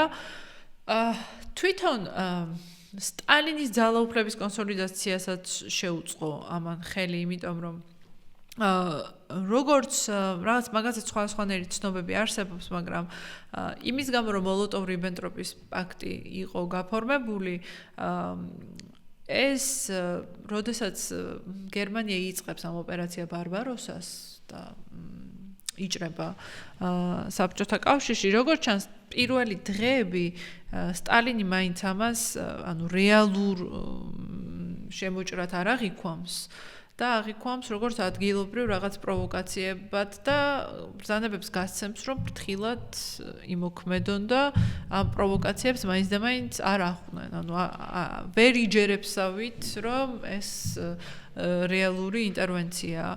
და შემდგომში, როდესაც იჯერებს, რაღაცა მომენტი არსებობს, როდესაც როგორც ჩანს, განიხილება, რომ სტალინი ჩამოშორდეს ამ ამბავს და მოლოტოვმა ითაოს ლიდერობა. მაგრამ შემდგომ მისი გარემოცვა არ წუნებს მას, რომ მან უნდა იღოს ეს ხელში და მე არის ის ცნობილი მოსკოვის მეტროში არის სიტყვის მიმართვა და მე შემდგომში უკვე უფრო შემდეგ დღეს უკვე თორშტები 6 ნოემბერს 6 ნოემბერია მე მგონი, როდესაც მიმართავს მოსკოვის მეტროში და მე 7-ში არის უფრო ფართომასშტაბიანი მიმართვა, რომელიც არის უკვე მაკონსოლიდირებელი და იქ ახსენებს თან, აი ამ ყველა გმირებს ახსენებს, ალექსანდრ ნევსკი და ეს ისინი მოაქ, ანუ თელი მანამდე რაც შექმნა სტალინისტურმა ისტორიოგრაფიამ ეს გმირები, რომლებიც მოდელი უნდა ყოფილიყვნენ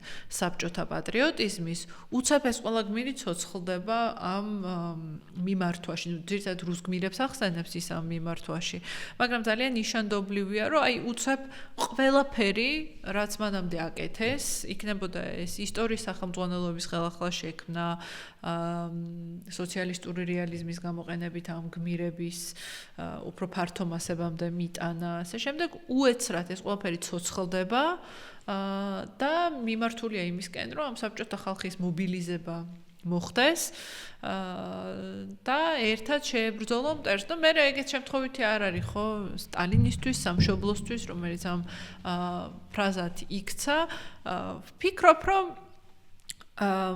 ეგ ხდება რეალურად ამ მეორე მსოფლიო ომის პერიოდში, რომ რაც მანამდე გაკეთდა, აი ეს ყველაფერი კულმინაციას აღწევს და ყველაფერი, ასე ვთქვათ, სტალინში განსხეულდება, ის არის ლიდერი.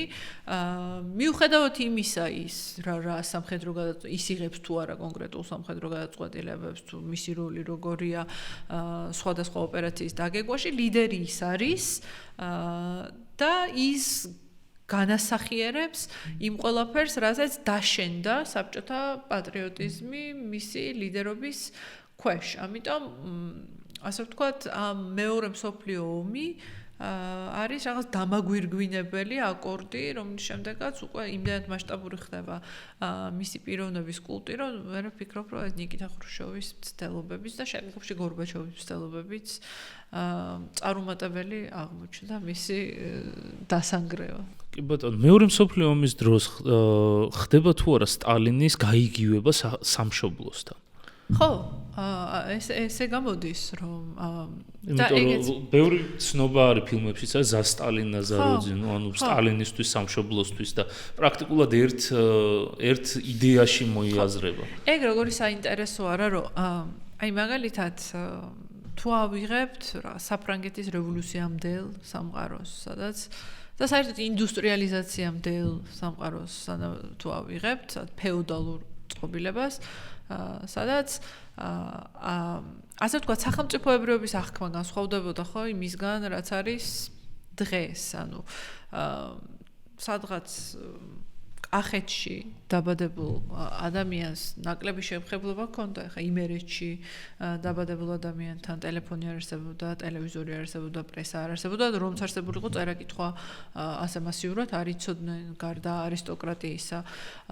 შესაბამისად, შეიძლება ვიღაცა რაღაც კახეთში დაბადებულიყო და არასოდეს წარმოდგენა არ ჰქონოდა იმის შესახებ, რომ აი მე და ვიღაცა პეტრე რომ ცხოვრობს იმერეთში, ჩვენ რაღაცეები გვაერთიანებს. რაღაც აწუხარი გვაერთიანებს, აი როგორც დღეს ვიცი, რომ რაღაც მაღალი ფასები გვაერთიანებს თუ როგორც არის.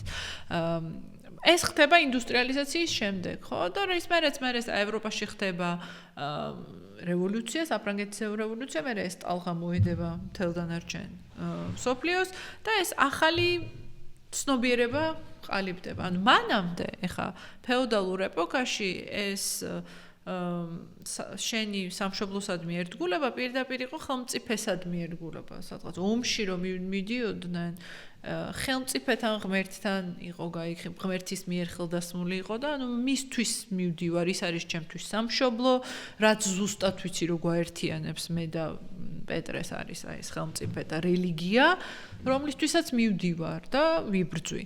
შემდგომში უკვე ხა დღეს რაღაცა საქართველოსთვის თუ ომში მივდივარ, საქართველოსთვის მივდივარ ომში და არა საქართველოს პრეზიდენტისთვის თუ ეგრეთ წოდებული პრეზიდენტი თუ როგორც არა, ანუ და ეგ ძალიან მნიშვნელოვანია, რომ იდეაში ამ დროს უკვე საბჭოთა კავშირში ინდუსტრიალიზაცია მომხდარია და მომხდარია სტალინის დამსახურებით, მან მოახდინა ეს ინდუსტრია დააჩქარა და მოახდინა ინდუსტრიალიზაცია, მაგრამ აი ეს მენტალობა ეს რომ სამშობლო იგივდება ლიდერთან და მე მივდივარ ლიდერისთვის და შესაბამისად სამშობლოსთვის და პირიქით ეს მაინც იჩენს თავს ამ მეორე მსოფლიო ომში, რაც პრინციპში დიდად თავსებადი არ არის მოდერნულობასთან, რომელსაც საბჭოთა კავშირი აშენებდა, მაგრამ ხო ეგეც შეიძლება გვაბრუნებს იმ არგუმენტთან, რასაც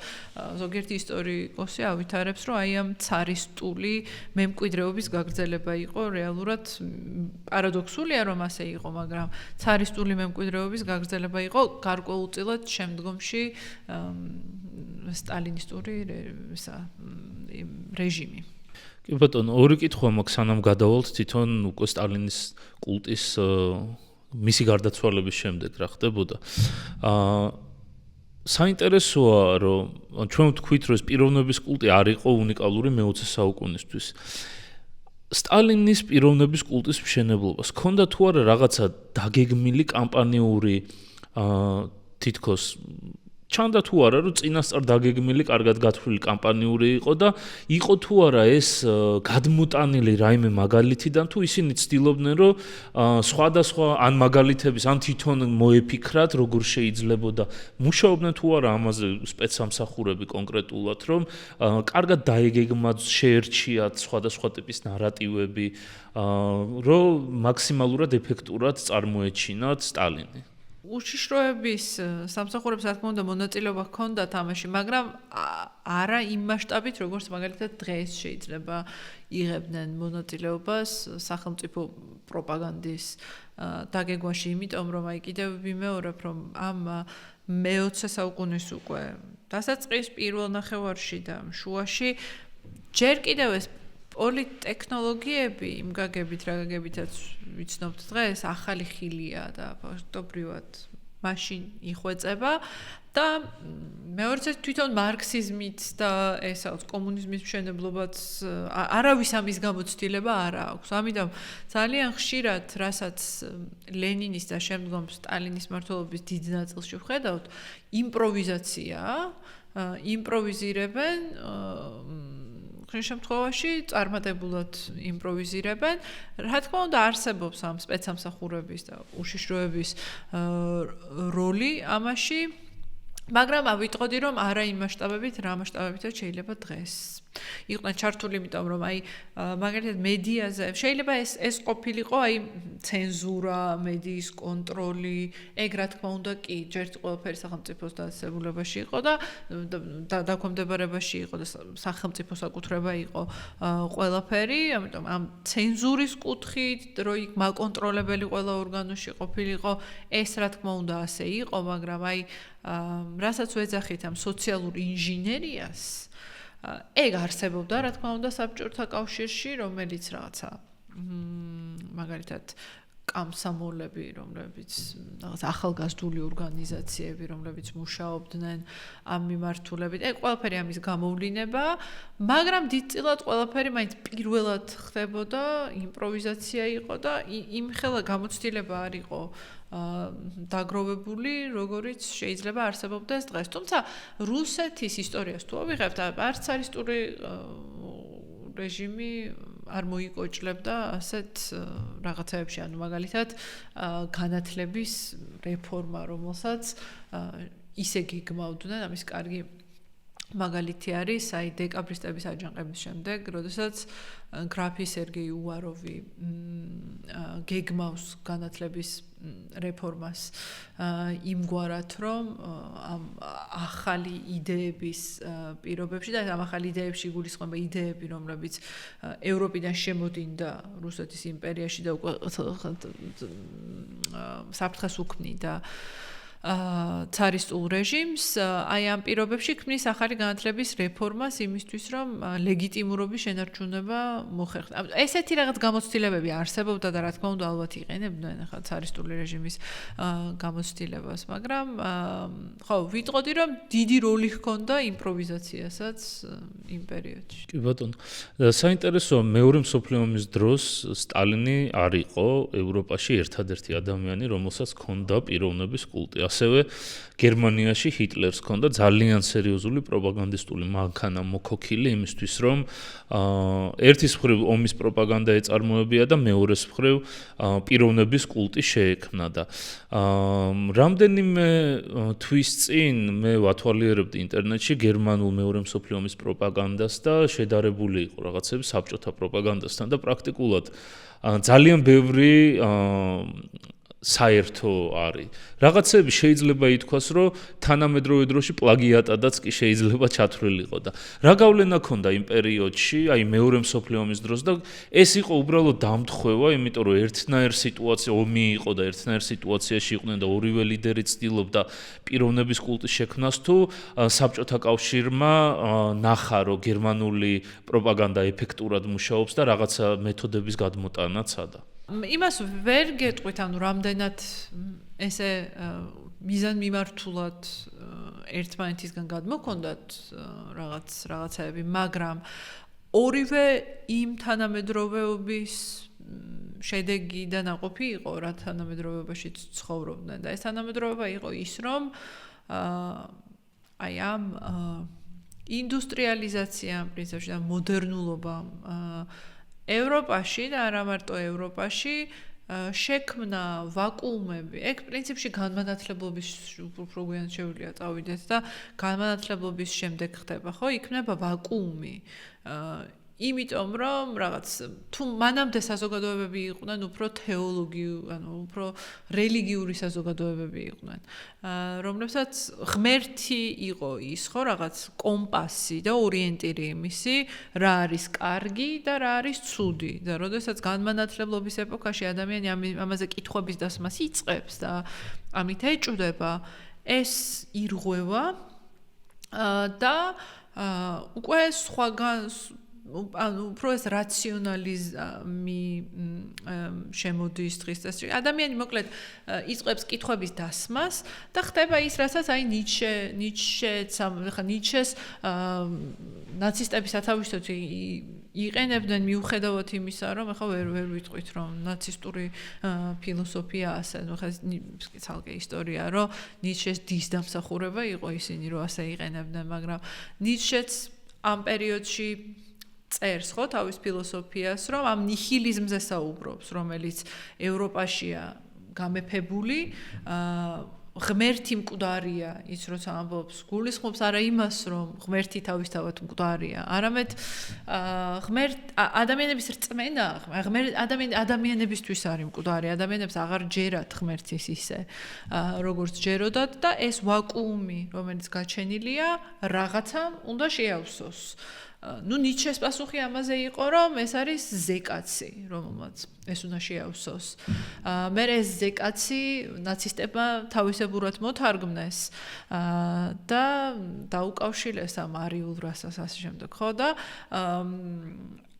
რაღაც ნაცისტების პასუხი იყო ამაზე, რომ ეს რაღაცა ასე ვთქვათ, ჰიტლერი რასაც განასახიერებდა, ხო, ეს იყო ახალი ეგრეთ წოდებული ზეკაცია, ამან შეავსო ეს ვაკუუმი. საბჭოთა კავშირის შემთხვევაში ეს ვაკუუმი ამოავსო სტალინმა ამ შემთხვევაში. ასევე მანდ მნიშვნელოვანი არის ის გეოპოლიტიკური ვითარება, რომელიც არსებობდა პირველი მსოფლიო ომის შემდეგ. კრიზისი და ახალი იდენტობების ძებნა, განსაკუთრებით მათთვის, ვინც თავს დამარცხებულებად გრძნობდნენ. რაღაც იტალიიდან იწყება, ხო, ამ ფაშიზმის განვითარება და ეს ფაშიზმის იდეა იყო, რომ ძველი რომის დიდება უნდა დაებრუნებინათ იტალიელებისთვის, რომლებსაც იდენტობის კრიზისი ჰქონდათ იმ შემთხვევაში. ასევე გერმანელებისთვის, რომლებსაც ამ პირველი მსოფლიო ომის შემდგომ არ იყვნენ მაინც და მაინც სახარბიელო მდგომარეობაში და ამასაც ახალი რაღაც მისცა ჰიტლერმა, ხო, რომ ასე ვთქვათ, ჩვენ რაღაც ყველაზე უფრო განვითარებული რასა ვართ და ჩვენ უნდა გავმეფთეთ თელს გავბატონდეთ თელს დედამიწაზე. ამის ახლა რაც რუსეთში ხდება და რაც აქეთ საბჭოთა კავშირში ხდება, ამისგან ოდნავ განსხვავებული, ახლა იმიტომ რომ ის რაც ან ფაშიზმი, ასე ვთქვათ, ესეთი ხო რაღაცნაირი იდეა, რაღაც თითქოს მესამე გზას თავაზობს და საზოგადოებას კომუნიზმსა და ლიბერალიზმს შორის და ესეთი სწორხაზოვანი ეკონომიკური ხედვები და ასე ვთქვათ, ესე არც ჰქონდათ, ანუ ეს რაღაც პოპულისტური იდეოლოგია, მაგრამ ეს იდენტობის კრიზისი, ეკონომიკური კრიზისი, გეოპოლიტიკური დაძაბულობა და ასევე ეს იდეოლოგიური ვაკუუმი, რომელიც შექმნილი იყო იმ დროინდელ სამყაროში, უკვე საფუძველს ქმნიდა იმისთვის, რომ ესეთი პიროვნებების კულტები აღმოცენებულიყო და ხო, აღმოცენდა კიდევაც. კი ბატონო, გადავიდეთ უკვე დესტალინიზაციის პროცესზე. ჩვენ ვისაუბრეთ როგორ იქმნებოდა სტალინის კულტი, რა ხელოვნებას რა როლი ჰქონდა, ტერორს რა როლი ჰქონდა, ომს რა როლი ჰქონდა და სტალინის გარდაცვალების შემდეგ უკვე ხრუშჩოვს ჰქონდა მცდელობები, რომ სტალინის საზოგადოებისთვის სხვანაირი თვალით ეჩვენებინათ და კონკრეტულად რა მეთოდები, რა მიმართულებით დაიწყეს მუშაობა დესტალინიზაციის პერიოდში? ხო, ეგ ჯერ ერთი ის უნდა ვთქვათ, რომ ეგეც ხრუშჩოვის მხრიდან რეალურად მართლაც იმის ცდელობა ხო არ იყო, რომ სისტემა ეკრიტიკებინა. სისტემას არ აკრიტიკებდა, აკრიტიკებდა სტალინს პერსონალურად და ეგ იყო მცდელობა, რომ ძალაუფლების კონსოლიდაცია მოეხდინა მის გარშემო.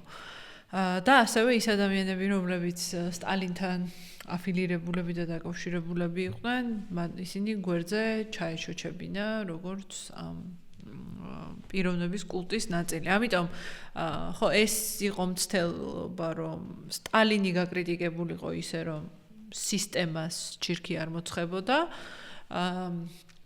და ამას ყველა განზომილება ჰქონდა, ისტორიის სახელმძღვანელოები შეიცვალა, ლიტერატურიდან ეს კულტი გაქრა, ეკრანებიდან ეს კულტი გაქრა, პრესისგან ეს კულტი გაქრა, მაგრამ საქართველოში ასე არ მოხდა მთლად, იმიტომ რომ კი ახალი ისტორიის სახელმძღვანელოები დაიწერა, კი ასე ვთქვათ, ლიტერატურაში ეს მიმართულებები შეიცვალა, მაგრამ ის ყველაფერი, რაც სტალინიზმის ეპოქაში დაიწერა და შეიქმნა, მაინც არსებობდა და თუ ოფიციალური წყაროებით არა, არაოფიციალურით მაინც ცირკულირებდა, ისე რომ ამას ხელს ვერ უშლიდნენ და როგორც ჩანს ამას ხელს ვერ უშლიდნენ, იმიტომ რომ ეს 1956 წლის გამოსვლები მართლა იმდენად მასშტაბური იყო, შეეშინდათ ამ გამოსვლების, რომლისას თავიდან დაიწყო იმითი, რომ ქართველებმა გააპროტესტეს სტალინის კულტის დაგმობა და მერე უკვე ითხოვდნენ დამოუკიდებლობას.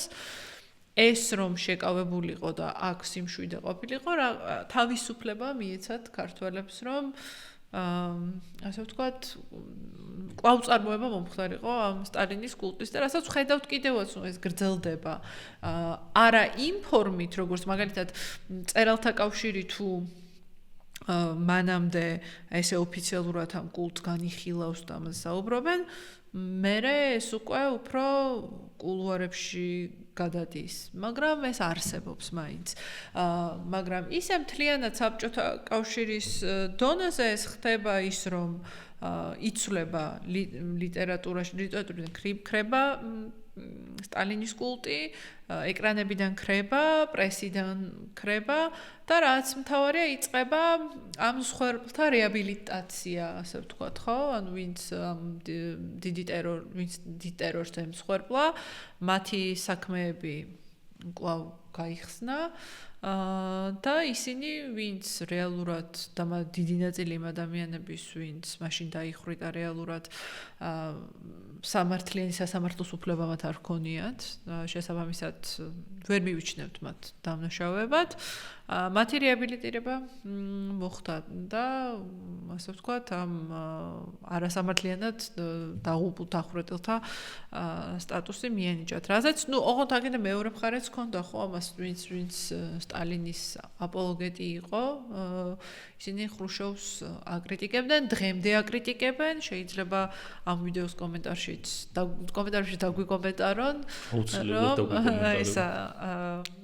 ეს ყველაფერი ხრუშოვის ასე ვთქვათ შეთხზული და მოგონილი იყო ოღონდ ეს რაღაცა ნახევარსიმართლეა იმ გაგებით რომ მართლა იყო ოღონდ ხრუშოვი ამას იმიტომ არ აკეთებდა ამ ყველაფერს რომ თვითონ უკეთესი იყო ან მართლა რაღაცას ცვლიდა რეალურად ამას მართლა იმიტომ აკეთებდა რეალურად ხრუშოვი რომ ძალაუფლების კონსოლიდაცია მოეხდინა მაგრამ ამავდროულად სიმართლე იყო ისიც რომ სტალინის დროს დახვრიტეს მილიონობით ადამიანი და ამ მილიონობით ადამიანიდან სრული უმრავლესობა არასამართლიანად იყო გასამართლებული და ნუ დახვრიტებს ახლა აღარაფერს აღარ ვამბობ, არავინ არ იმსახურებს დახვრეტას, თუმცა ნუ გასაგებია სხვა ეპოქა და ის იყო და ახლა ამ ეპოქებზე კაი არ ვიდაოთ, მაგრამ იმ ადამიანებს, ვინც მაშინ გაასამართლეს, სამართლიანად ან თავის დაცვის უფლებაც კი არ ჰქონდათ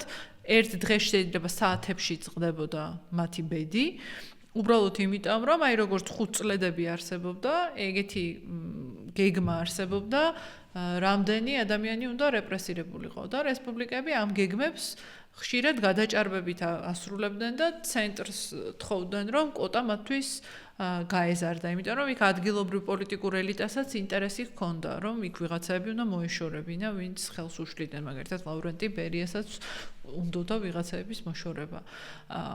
ამიტომ ხო, ესეც სიმართლეა, რომ სტალინის დროს მილიონობით ადამიანი დაიხრიტა და გასამართლ და უსამართლოდ და ისიც სიმართლეა, რომ ეს ხრუშოვმა დესტალინიზაციის კამპანია გამოიყენა საკუთარი ძალაუფლების კონსოლიდაციისთვის და არა იმისთვის, რომ სისტემა რეალურად შეეცვალა ან დაენგრია.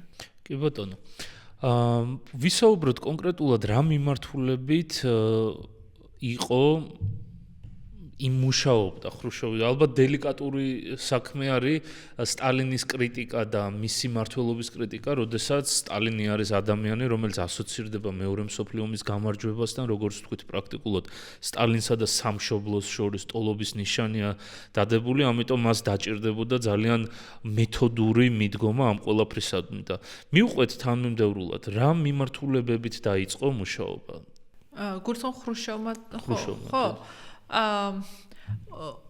ხრუშოვმა უმთავრესი მიმართულება იყო ეს რეპრესიებზე საუბარი და ამის გამოაშკარავება, მაგრამ რაც ახსენე მეორე მსოფლიო ომის დროს შექმნილი კულტი და ამ გამარჯვებასთან სტალინის ასოცირება სწორედ ეგ არის, რის გამოც საბოლოო ჯამში ბოლომდე ვერ მოანგრია ვერც ხრუშოვმა და ვერც ვერავინ შემდგომში ეს კულტი, რომ ეს ასე ვთქვათ მითი რა, ანუ ისტორია, რომ სტალინი გაიგივდა გამარჯვებასთან და ეს დიდი სამამულო ომის ისტორიული ნარატივი გახდა ფუძემდებლური ნარატივი საბჭოთა კავშირისთვის და საბჭოთა იდენტობისთვის, შემდგომში რუსული იდენტობისთვის. აქედან სტალინის გამოცვლა და სტალინის გარეშე ამ გამარჯვებაზე საუბარი საბჭოთა კავშირისთვის თითქმის შეუძლებელი იყო, მაშინ უფრო მეტი უნდა ესაუბროთ იმაზე, რა როლი შეასრულეს დასავლურმა ძალებმა ამ გამარჯვებაში, რაც ასევე არ შედიოდა საბჭოთა კავშირის და დღეს უკვე რუსეთის ინტერესებში. თუმცა მიუხედავად იმისა, ამაზეც რომ ისაუბრო, სტალინს ვერ გააქრობ მაინც აქედან, ხო? ანუ სტალინის საბჭოთა კავშირის როლი დიდი იყო ამ ყველაფერში და გვინდა არ გვინდა, სტალინი იქ არის და ეს მითი იმდენად ძლევამოსილი და ძლიერი იყო საბჭოთა იდენტობის ფორმირებისთვის და შემდგომში რუსული იდენტობის ფორმირებისთვის, რომ ფაქტობრივად უკვდავ ყოფილი გახდა სტალინის კულტიც გარკვეულ დონეზე. ანუ თავარი მიმართულება ხრუშჩოვს რა თქმა უნდა ეს ჰქონდა რეპრესიებზე აპელირება და შემდგომ უკვე სხვადასხვა არხები რითიც ვრცელდებოდა სტალინის კულტი გააკრიტიკა პირადად ჭიაურელი მაგალითად რომელიც ამ კულტის ფორმირებაში იღებდა მონაწილეობას და ეს კინემატოგრაფია რომელიც სტალინის კულტს ქმნიდა ლიტერატურა მხატვრობა ეს ყველაფერი გაქრა გამოფენებიდან მუზეუმებიდან საჯარო სივრცეებიდან ხო ეს იყო ძირითადად ის მაგრამ რა როგორც ვახსენე ესე გაქრობა ამ კულტის ვერ მოხდა ვერც საქართველოს შემთხვევაში ვერც რუსეთის შემთხვევაში სხვა გააჩნია რესპუბლიკების შემთხვევაში მეტნაკლებად ახლა ნაკლები მნიშვნელობის მატარებელი კი ბატონო საინტერესოა თვითონ აი დესტალინიზაციის შემდეგ უკვე ანუ ვისაუბრეთ იმაზე რომ ძალიან რთული იყო სტალინის ამოწერა ასე ვთქვათ საბჭოთა კავშირის ისტორიიდან დღემდე არის შემორჩენილი სტალინი როგორც სხვადასხვა ტიპის ფიგურა ანუ ყველას თავისი წარმოდგენა აქვს პრაქტიკულად ზოგი აი რუსეთშიც მაგალითად არის ხოლმე ცდილობები რომ სტალინი წმინდანად გამოაჩინონ და რელიგიის მფარველად გამოაჩინონ არის ხოლმე მცდელობები, როდესაც რაღაცა ქაოსია ან პრობლემური პოლიტიკური სიტუაცია არის, სტალინს იხსენებენ, რომ რა კარგი იყო, რა სტაბილური იყო. როგორ შემორჩა დღესდღეობით სტალინის კულტი, სტალინის პიროვნება პოსტსაბჭოთა ქვეყნების მეხსიერებაში? მაგაზე 2010 წელს ჩატარდა ეს კარნეგის ფონდმა ჩაატარა ეგ სოციოლოგიური კვლევა, რომელიც რუსეთში, აზერბაიჯანში თორსების სამხრეთში და საქართველოში ზომავდა სტალინის კულტის მიმართ დამოკიდებულებებს და მან ჩანდა რომ საქართველოში რაღაცა მიმართულებებით გაცილებით უფრო მეტი ადამიანია პოზიტიურად განწყობილი. რუსეთშიც და თავისთავად.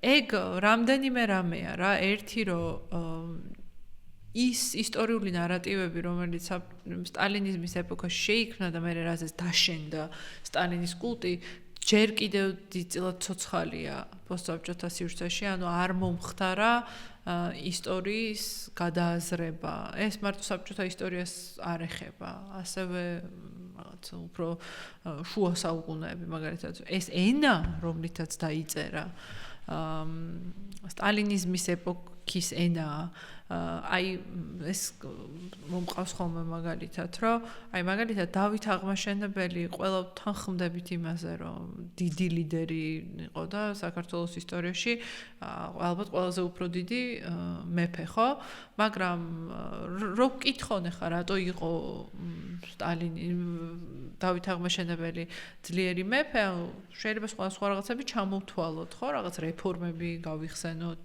რა განახორციელა იქ რაღაც ყივჩაღები ჩამოასახლა დიდგორი მოიგო შემდეგ ხო ბევრი რაღაცები შეიძლება მოყვე რატომ იყო დავით აღმაშენებელი დიდი მეფე მაგრამ სტალინური ისტორიოგრაფია განსაკუთრებულად უსვამდა ხაზს იმას რომ დავით აღმაშენებლის აბსოლუტიზმს რომ აი რკინის ხელით მართავდა და ვიღაცები ძელზე გასვა რაც მე პარალელსავლებს იმასთან რომ სტალინიც რკინის ხელით მართავდა ვიღაცები დახვრიტა მაგრამ სამაგიეროდ საქართველოს ტერიტორიულად ერთიანი იყო მის პირობებში ისევე როგორც დავით აღმაშენებლის ეპოქაში ეს არგუმენტი ჩვენ გვინახავს რომ თანამედროვე პოლიტიკოსებს გაუმეორებიათ რომ ჩემი რეპრესიები რას ალაპარაკოა აგერ დავით აღმაშენებელიც ხოცავდა ვიღაცებს, მაგრამ ისტორიის ფურცლებმა პოზიტიურად შემან. ჩვენ თუ ამ ენით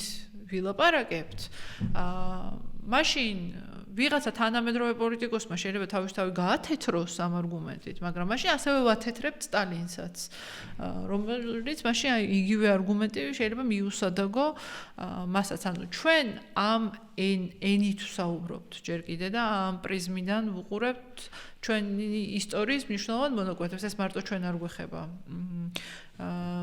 რუსეთსაც ამ შემთხვევაში და პოსტსაბჭოთა ქვეყნების დიდ ნაწილს იგივე მიემართება. მეორე არის ისტორიული მეხსიერების ინსტრუმენტალიზაცია თანამედროვე პოლიტიკური რეჟიმების მიერ. რუსეთის შემთხვევაში ეს არის განსაკუთრებულად წარმატებულად განახორციელა ვლადიმერ პუტინმა, რომელმაც გააცოცხლა ეს დიდი სამამულო ომის ნარატივი და თითქოს ეხა 90-იანებში რუსი ხალხი, აი, რაზეც ვსაუბრობდით ჩვენ, რომ როცა ნაციზმი და ფაშიზმი, ნაციზმი, კომუნიზმი ეს იდეოლოგიები ესე რომ მოედო ჩვენს კონტინენტს, მაშინაც ეგ ხდებოდა მძიმე იდენტობის კრიზისი იყო რიგ ქვეყნებში. და გარკვეულწილად 90-იანებში რუსებს ჰქონდათ ეს იდენტობის კრიზისი, იმიტომ რომ საბჭოთა იმპერია დაიშალა, იმპერია, რომელშიც მათ ეკავათ ცენტრალური ადგილი, ეს დაიშალა. შესაბამისად ეს სამამულო ომის ისიც რითიც ამაყობდნენ, ესეც მოიშალა და მერე ჩეჩნეთის ომი იყო, რომელიც პირველი ომი ფაქტობრივად წააგეს და დამცირებული იქ გადატრიალების მცდელობა, ეკონომიკური სიდუხჭირე, ოლიგარქების აღზევება დამცირებული იყო რუსიერი 90-იან წლებში, თუმცა საინტერესოა ჩვენთვის მაინც იცვლიდნენ ასეთ პირობებშიც და უცებ გამოჩნდა ვლადიმერ პუტინი, რომელმაც რაღაც ახალი რაღაც დაუსახა, რომ ჩვენ აღვიდგენთ იმ დიდებას, რომელიც ჰქონდა ამ დიდი სამამულო ომის დროს, ამას დააღვიდგენთ, ამიტომ ჩვენ ამას ვიზეიმებთ და ამას მოყვა სტალინის რეინკარნაციაც, ასე ვთქვათ, რუსეთში. საქართველოში ხა ასე თვითონ ვერ ვიტყვით, რომ რომელიმე პოლიტიკურ ლიდერს დამოუკიდებლობის მერები და სტალინი განუდიდებია, ასეთი რაღაც არ ყოფილა, მაგრამ ყოფილა ის, რომ ამ ენას იმეორებენ, რაც ვახსენეთ. ამიტომ ჩვენ თუ ამაში ვიტრიალებთ, ჩვენ თუ ახალ თაობებს იგივე ნარატივებზე გავზრდით, მაშინ ეს ასე ვთქვათ, ანუ სტალინის კულტი შეიძლება ითქვას, რომ რაღაცა სიმპტომია იმისი, რომ რაღაც ხდება ჩვენს კოლექტიურ მეხსიერებაში. ისეთი, რაც ამ კულტის არსებობას შესაძლებელს ხდის. კი, და საინტერესოა დღევანდელობაზე რა გავლენა აქვს ამ თითქოს არის სტალინის კულტის შექმნით ჩვენ ისტორიულ მეხსიერებაში და ფსიქოლოგიაში ჩაიდო, რომ ძლიერი პიროვნება, ძლიერი ლიდერი ავტომატურად ასოცირდება წარმატებულ ძლიერ ქვეყანასთან. და ამის ძალიან სავალალო პირობებამდე მივდივართ, იმიტომ რომ პრაქტიკულად ყველა პოლიტიკური პარტია საქართველოს დღესდღეობით რაც არსებობს, ან რასაც უარსებია, ხო? ერთი პიროვნების გარშემო არის აშენებული, ანუ რასაც არ ხვდებით ხოლმე, ან ძალიან იშვიათად უკვე ბოლო პერიოდში, უკვე პოპულიზმის აღზევების პერიოდში ხვდებით უკვე დასავლეთში, მაგრამ აი აღმოსავლურ კულტურაში, ჩვენს პოლიტიკურ კულტურაში ძალიან ხშირი არის, რომ ერთი ადამიანის გარშემო ერთიანდება რაღაც იდეა, ის არის მხსნელი, ყველაზე ჭკვიანი, ყველაფერი იმან უნდა იცოდეს და შემდგომ უკვე ამ ადამიანს აქვს ყველაფერზე პასუხი და მის გარშემო ვიღაცებს რაღაცები რო შეეშლებათ, ეს იმათ შეეშალათ, იმის ბრალი არ არის. ეს იყო პრაქტიკულად რაც დამოუკიდებლობა მოვიპოვეთ, არც ერთი მთავრობა არ ყოფილა, რომელსაც ეს ელემენტი არ ქონიადა. ანუ ნიშნავს თუ არა ეს იმას, რომ სტალინის კულტი იმდენად ფესვებ გამდგარი არის ჩვენს ფსიქოლოგიაში, რომ ძალიან რთული არის ჩვენთვის თავი დავაღწიოთ და გვიშლის ხელს უფრო სტაბილურ ლიბერალურ პოლიტიკურ დღის წესრიგზე გადავიდეთ ამ პიროვნების კულტის დღის წესრიგიდან. იმიტომ რომ ოპოზიციური პარტიებიც კი, რომელიც დღეობით არსებობს, ჩვენთან მაინც ინდივიდების გარშემო არის აშენებული. მე ვიტყოდი რომ სტალინის კულტი კი არ განაპირობებს მაგ ყველაფერს, არამედ სტალინის კულტიც მაგ ყველაფრის შედეგია. ნუცა ბათიაშვილს აქვს ეგეთი თან საინტერესო წიგნი ქართულ, ასე ვთქვათ, კოლექტიურ ცნობიერზე და საქართველოს უწოდებს Bivocal Nation, რომელიც ზუსტად არ ვიცი ქართულად როგორ თარგმნის, მაგრამ რაღაცა ორხმოვანი ერი თუ ბივოკალური, არ ვიცი როგორ არის ორხმიანი ერი, რომელიც აი რაღაცა ჩვენს ცნობიერში არის რაღაცა გაურებები, რომ სულ ყავდნენ და ეს ნარატივიც, ქართული ისტორიული ნარატივიც, ანუ კიდევ ვიმეორებ, ძირითადად ყალიბდება სტალინიზმის ეპოქაში, იმიტომ რომ ეს პირველი ოფიციალური ისტორიის სახელმძღვანელოები, რომლითაც მერე თაობები გაიზარდა, დაიწერა 40-იან წლებში, რომელსაც ნიკო ბერძენიშვილი იხსენებს კიდევაც, რომ სტალინთან ჰქონდა შეხვედრა 45 წელს და პირადად ერეოდა შინაარსში. მიუხედავად იმისა, რომ ისი ბერძენიშვილი და ჯანაშია ჯავახიშვილის მოწაფეები იყვნენ და თავიდან ჯავახიშვილიც იყო ამ ყველაფერში ჩართული, მაგრამ ამასობაში გარდაიცვალა ის. ეს ნარატივები მაინც საბჭოთა რეჟიმმა თავის ყაიდაზე მოაქცია და მე ჩვენ ამისგან ქართული ისტორიოგრაფია ფაქტობრივად არასოდეს აღარ გათავისუფლებულა მიუხედავად იმისა, რომ დღემდე იწერება ხო ეს ახალი ისტორიის სახელმძღვანელოები. ამ ნარატივს ვნახოთ, ეს ნარატივები მეორდება და ამეებში ვტრიალებთ. თუ ისტორიის სახელმძღვანელო ამას არ აკეთებს, ამას მე აკეთებს ისტორიის მასწავლებელი ხშირად, რომელიც თვითონ არის გაზრდილი ამ ნარატივებზე. და ეს ორხმოვანება არის, რომ აი თუ რაღაცას ვიგებდით, იმიტომ რომ გმირები ყავდნენ და ეს გმირები ჩადიოდნენ გმირო საქმეებს და თუ რამეს ვაგებდით, იმიტომ რომ შიდა მოღალატეები აკეთებდნენ რაღაცაში ეს და ეს გაურებები ბევრი მიმართულებით, თუნდაც დასავლეთი თუ ჩრდილოეთი თუ აღმოსავლეთი ასე შემდეგ. ეს კი სხვა ნაწილია, მაგრამ თავისთავად ეს ანუ სტალინის კულტი რო დღემდე არსებობს, ეგ რამი თვითონ კი არ არის რამის მიზეზი, არამედ თვითონ არის იმის სიმპტომი, რომ ეს ნარატივები რაზე დაშენდა სტალინის კულტი, ჯერ კიდევ ცოცხალია და ამაზე მარტო სტალინის კულტი კი არ შენდება სხვა რაღაცეებით, რომელიც შეიძლება თავისთავად ანტისტალინისტური იყოს და ანტისაბჭოთა იყოს, ან ანტირუსული იყოს, მაგრამ ამავდროულად იყოს ანტიდემოკრატიული მაგალითად და იყოს რაღაცა ავტორიტარული უგულებელყოფდეს ადამიანის უფლებებს და ხო ეს არ ეხება მარტო პოზიციას, ეხება ოპოზიციასაც და ამ მთავრობასაც თუ როგორც არის და იმის წინა მთავრობასაც და იმის წინა მთავრობასაც, ანუ რომ მოვისმინოთ მათ შორის ეს ადამიანებიც რა ენით საუბრობენ, ხშირ შემთხვევაში ამ ენას იმეორებენ. ეს რა თქმა უნდა გაცნობია ამას კი არ ვაბრალებ, რომ გაცნობიერებულად აკეთებს ვიღაცა. ეს რაღაც ჩვენი ქვეცნობიერის ნაწილი ამას შეიძლება მეც ვაკეთებ ყოველდღიურად და რაღაც შენც აკეთებ, შეიძლება ჩვენი ოჯახის წევრები, ჩვენი საყვარელი ადამიანი, იმიტომ რომ ჩვენ ყველა ამაში ვართ გაზრდილები და ამაზე დაფიქრება ალბათ ღირს, რომ ეს რაც ჩვენს თავს ხდება, კულტების და მესიების და რაღაცნაირი ლიდერების სახით, თავისთავად ეგ კი არ არის პრობლემა, არამედ ეგ არის სიმპტომი იმისი, რომ რაღაც უფრო სერიოზული ხდება ორგანიზმში და შეიძლება უკვე კიბოსავითაც არის მოდებული და სანამ ის არ შეიცვლება, რაღაცა ერთ ნაწიბურს რომ მოაძრობ, მეორე გაჩნდება. პროვოკაციულ კითხვას დაგისვა ახლა.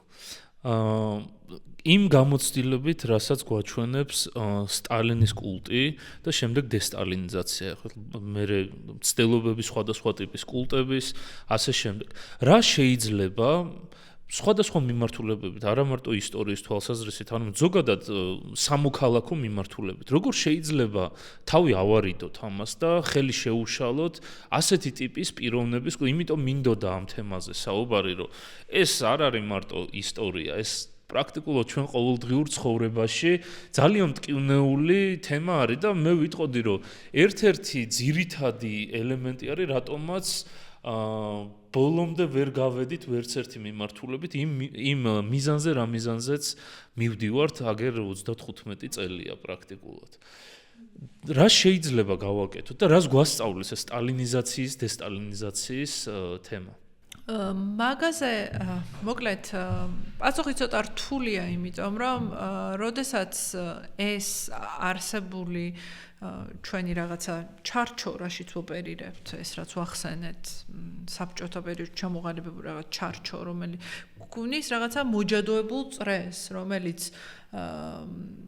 ერთი მხრივ ამ ნარატივებში ვტრიალებთ, ეს ნარატივები მერე აყალიბებენ ახალ ლიდერებს, რომლებიც კიდე საზრდოებენ ამ მათ ინტერესებში არ შედის, რომ ეს შეცვალონ და ასე შემდეგ. ამიტომ თუ პოლიტიკური ნება არ არსებობს, რომ ეს შეიცვალოს, ძალიან რთულია, რომ ინდივიდუალურმა ინიციატივებმა ეს გააკეთონ. ან ის, რომ ეხა ვიღაცა უცხოეთიდან მოვიდეს და შენ მაგივრად ეს გააკეთოს, ამას ვერ გააკეთებს. არც გააკეთებს. ხო, ამიტომ ვფიქრობ, რომ ახლა ძალიან ბანალური ამაზე პასუხი, მაგრამ განათლების სისტემა არის ის ფუნდამენტი, საიდანაც ეს უნდა იცვლებოდეს, მაგრამ დღესდღეობით ეხა რაც ხდება განათლების სისტემის გარშემო და ეს ვითომ რაღაც დაანონსებული რეფორმების გარშემო, ძნელად წარმოსადგენია, რომ მანდ ამ მიმართულებით რამე პოზიტიური მოხდეს სუპირიქით. კიდევ შეიძლება უფრო დამძიმდეს ვითარება. უბრალოდ ალბათ, აი, როცა ხელისუფლებები იცვლებიან ხოლმე, აი, თავში სანამ ძალიან შეტოპავენ და ასე ვთქვათ, ამ კულტების მშენებლობას და ამას დაიწყებენ, შეიძლება ის დასაწყისი იყოს მომენტი, როდესაც ვიღაცამ შეიძლება კონდეს ნება, რომ ეს რეალურად მართლა შეიცვალოს. იმიტომ კი არ შეიცვალოს, რომ ვიღაცის სამსახურში ჩადგეს ეს ისტორიის სახელმძღვანელო იქნება მუზეუმი თუ სხვა რაღაცა. არამედ რეალურად შეიცვალოს, აი მაგალითად გორი რო ავიღოთ, ხო და სტალინის სახლ-მუზეუმი. კი არა ადგე და კი არა დაანგრიო მაგალითად ეს სახლ-მუზეუმი. არამედ შეცვალო, აი კონცეფცია შეუცვალო. შეიძლება გორის უნივერსიტეტსაც მიებას ეს და იქცეს იქაურობა საბჭოთა წარსულის კვლევის ჰაბად. რაღაცა ძალიან იდეალისტურ რაღაცას ვამბობ ახლა, მაგრამ სიამოვნებაში ამით ხომ გორიც იხეირებს ის ადამიანები, რომლებიც ახლა შემოსავლებით მიბმული არიან სტალინის სახლ-მუზეუმს, 10 ჯერ უფრო იხეირებენ იმითი, თუ რაღაცა მსოფლიოდან მეცნიერები, კვლევრები ჩამოვლენ ხოლმე მაგალითად წელიწადში ერთხელ მაინც რაღაც დიდი კონგრესი ან რაღაცა მოეწყობა და ეს იქნება რაღაც საბჭოთა წარსულთან დაკავშირებული მთავარი კვლევის ცენტრი. ამით ყველა იხეირებს. იქ მოსახლე სტალინისტიც და არა სტალინისტის. იმ სტალინისტსაც და არა სტალინისტსაც გაუჩნდება სურვილი, რომ იქ დაჯდეს და მოისმინოს დისკუსიაში შევიდეს, რაღაცა ახალი მოისმინოს, გააკრიტიკოს ამ პირიქით. და განათლების სისტემაზეც რო საუბრობთ, ეს მარტო ისტორიის სახელმძღვანელოებს, რა თქმა უნდა, არ ეხება, ჩვენ ლიტერატურასაც ამენით სწავლობთ. ну ეხლა რაღაც ზუსტ მეცნიერებებს შეიძლება ეს ნაკლებად ეხება, მაგრამ აი რაღაც ლიტერატურას როგორ ისწავლი და ამას როგორ ინტერპრეტაციას გაუკეთებ, ამასაც დიდი მნიშვნელობა აქვს, რა თქმა უნდა. ასევე მნიშვნელობა აქვს რა მეხსიერების ადგილების შექმნას. როდის იყო 2018-2019 წელს იყო, რომ აჭარაში აღმოაჩინეს სამარხები, რეპრესირებულთა სამარხები. და დღემდე ეს ცხედრები, რომელიც აღმოაჩინეს, იქ ერთ-ერთი ტაძრის სარდაფში არის დასვენებული, იმიტომ რომ არ არსებობდა პოლიტიკური ნება იმასთან დაკავშირებით. იქ პრობლემა იყო ის, რომ მართლმადიდებლური და მუსლიმი თემები ვერ თანხმდებოდნენ ერთმანეთში, როგორ უნდა დაკრძალულიყო, იმიტომ რომ იქ დიდი ალბათობით მათ შორის, ამ ცხედრებს შორის იყვნენ მუსლიმებიც და მართლმადიდებლური. ის რომ ესე აიღო და ყველა დამარხო ან მუსლიმური ან მართლმადიდებლური წესით, არ გამოვიდოდა, მაგრამ სახელმწიფოს მხრიდან პოლიტიკური ნება რომ ყოფილიყო, რომ ეს გარკვეულიყო, არასამთავრობო სექტორი ზუსტად თავაზობდა მათ გამოსავალს არაერთს, როგორ შეიძლება და ეს გაკეთებულიყო იქ დნმ-ის ანალიზებით და ასე საარქივო კვლევის და ამ ყველაფრის კომბინაციით შეიძლებოდა ზუსტად იმის დადგენა, რომელ სამარხში ვინ იყო დაკრძალული, მაგრამ ეს არ გაკეთდა. რეალურად შეიძლება გაკეთებული იყო ის, რომ ეს გარკვეულიყო, შესაბამისი დაკრძალვის ცერემონიალი მოწყობილიყო და იქ შექმნილიყო საბჭოთა რეპრესიების მსხვერპლთა პირველი მასშტაბური მემორიალი. მაშინ ასეთ მემორიალებს იმაზე დიდი მნიშვნელობა აქვს კოლექტიური მეხსიერების ჩამოყალიბებაში, ვიდრე ჩვენ წარმოგვიდგენია, მაგრამ პოლიტიკური ნების არარსებობის შემთხვევაში არ ვიცი ესე ხა ვიღაცა ინდივიდუალურად ვიღაცაებმა რაღაცაები შეიძლება აკეთონ, მაგრამ რთული იქნება რომ ეს ყოვლის მომცველი გახდეს.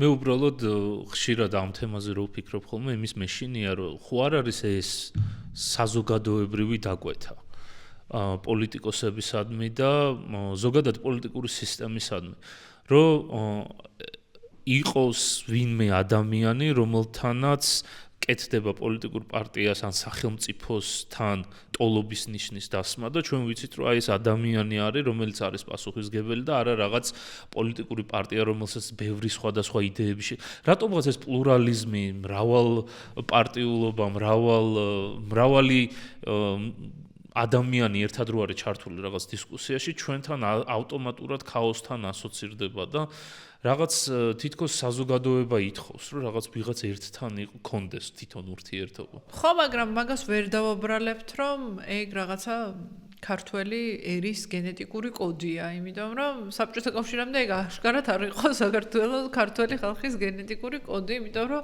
პირველი რესპუბლიკა შექმნა იგივე ქართველმა ხალხმა და ის ამის პირდაპირ საპირისპირო იყო, რასაც ახლა ვხედავთ. ამიტომ ვფიქრობ, რომ ზუსტად იქ მოხდა რაღაც გარდაქმნა ისეთი.